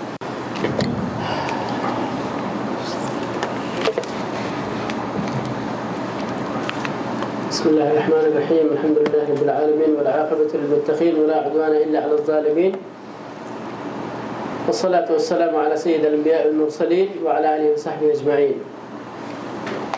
لا يشكر الله بل لم يشكر الناس, او كما قال صلی اللہ علیہ وسلم کہ جو انسانوں کا شکریہ نہیں ادا کرتا وہ اللہ کا شکریہ کیا ادا کرے گا.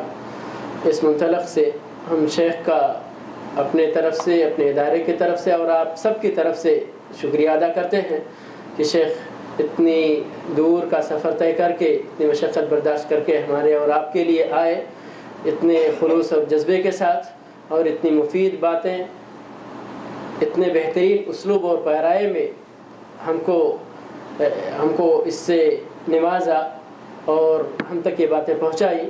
اللہ ان کو جزائے خیر دے, ان کے علم میں برکت دے, عمر میں برکت دے, اور اعمال کے اندر اخلاص عطا فرمائے. وآخر دعوانا الحمد للہ رب العالمین وصلی اللہ علی النبی وجزاکم اللہ خیر.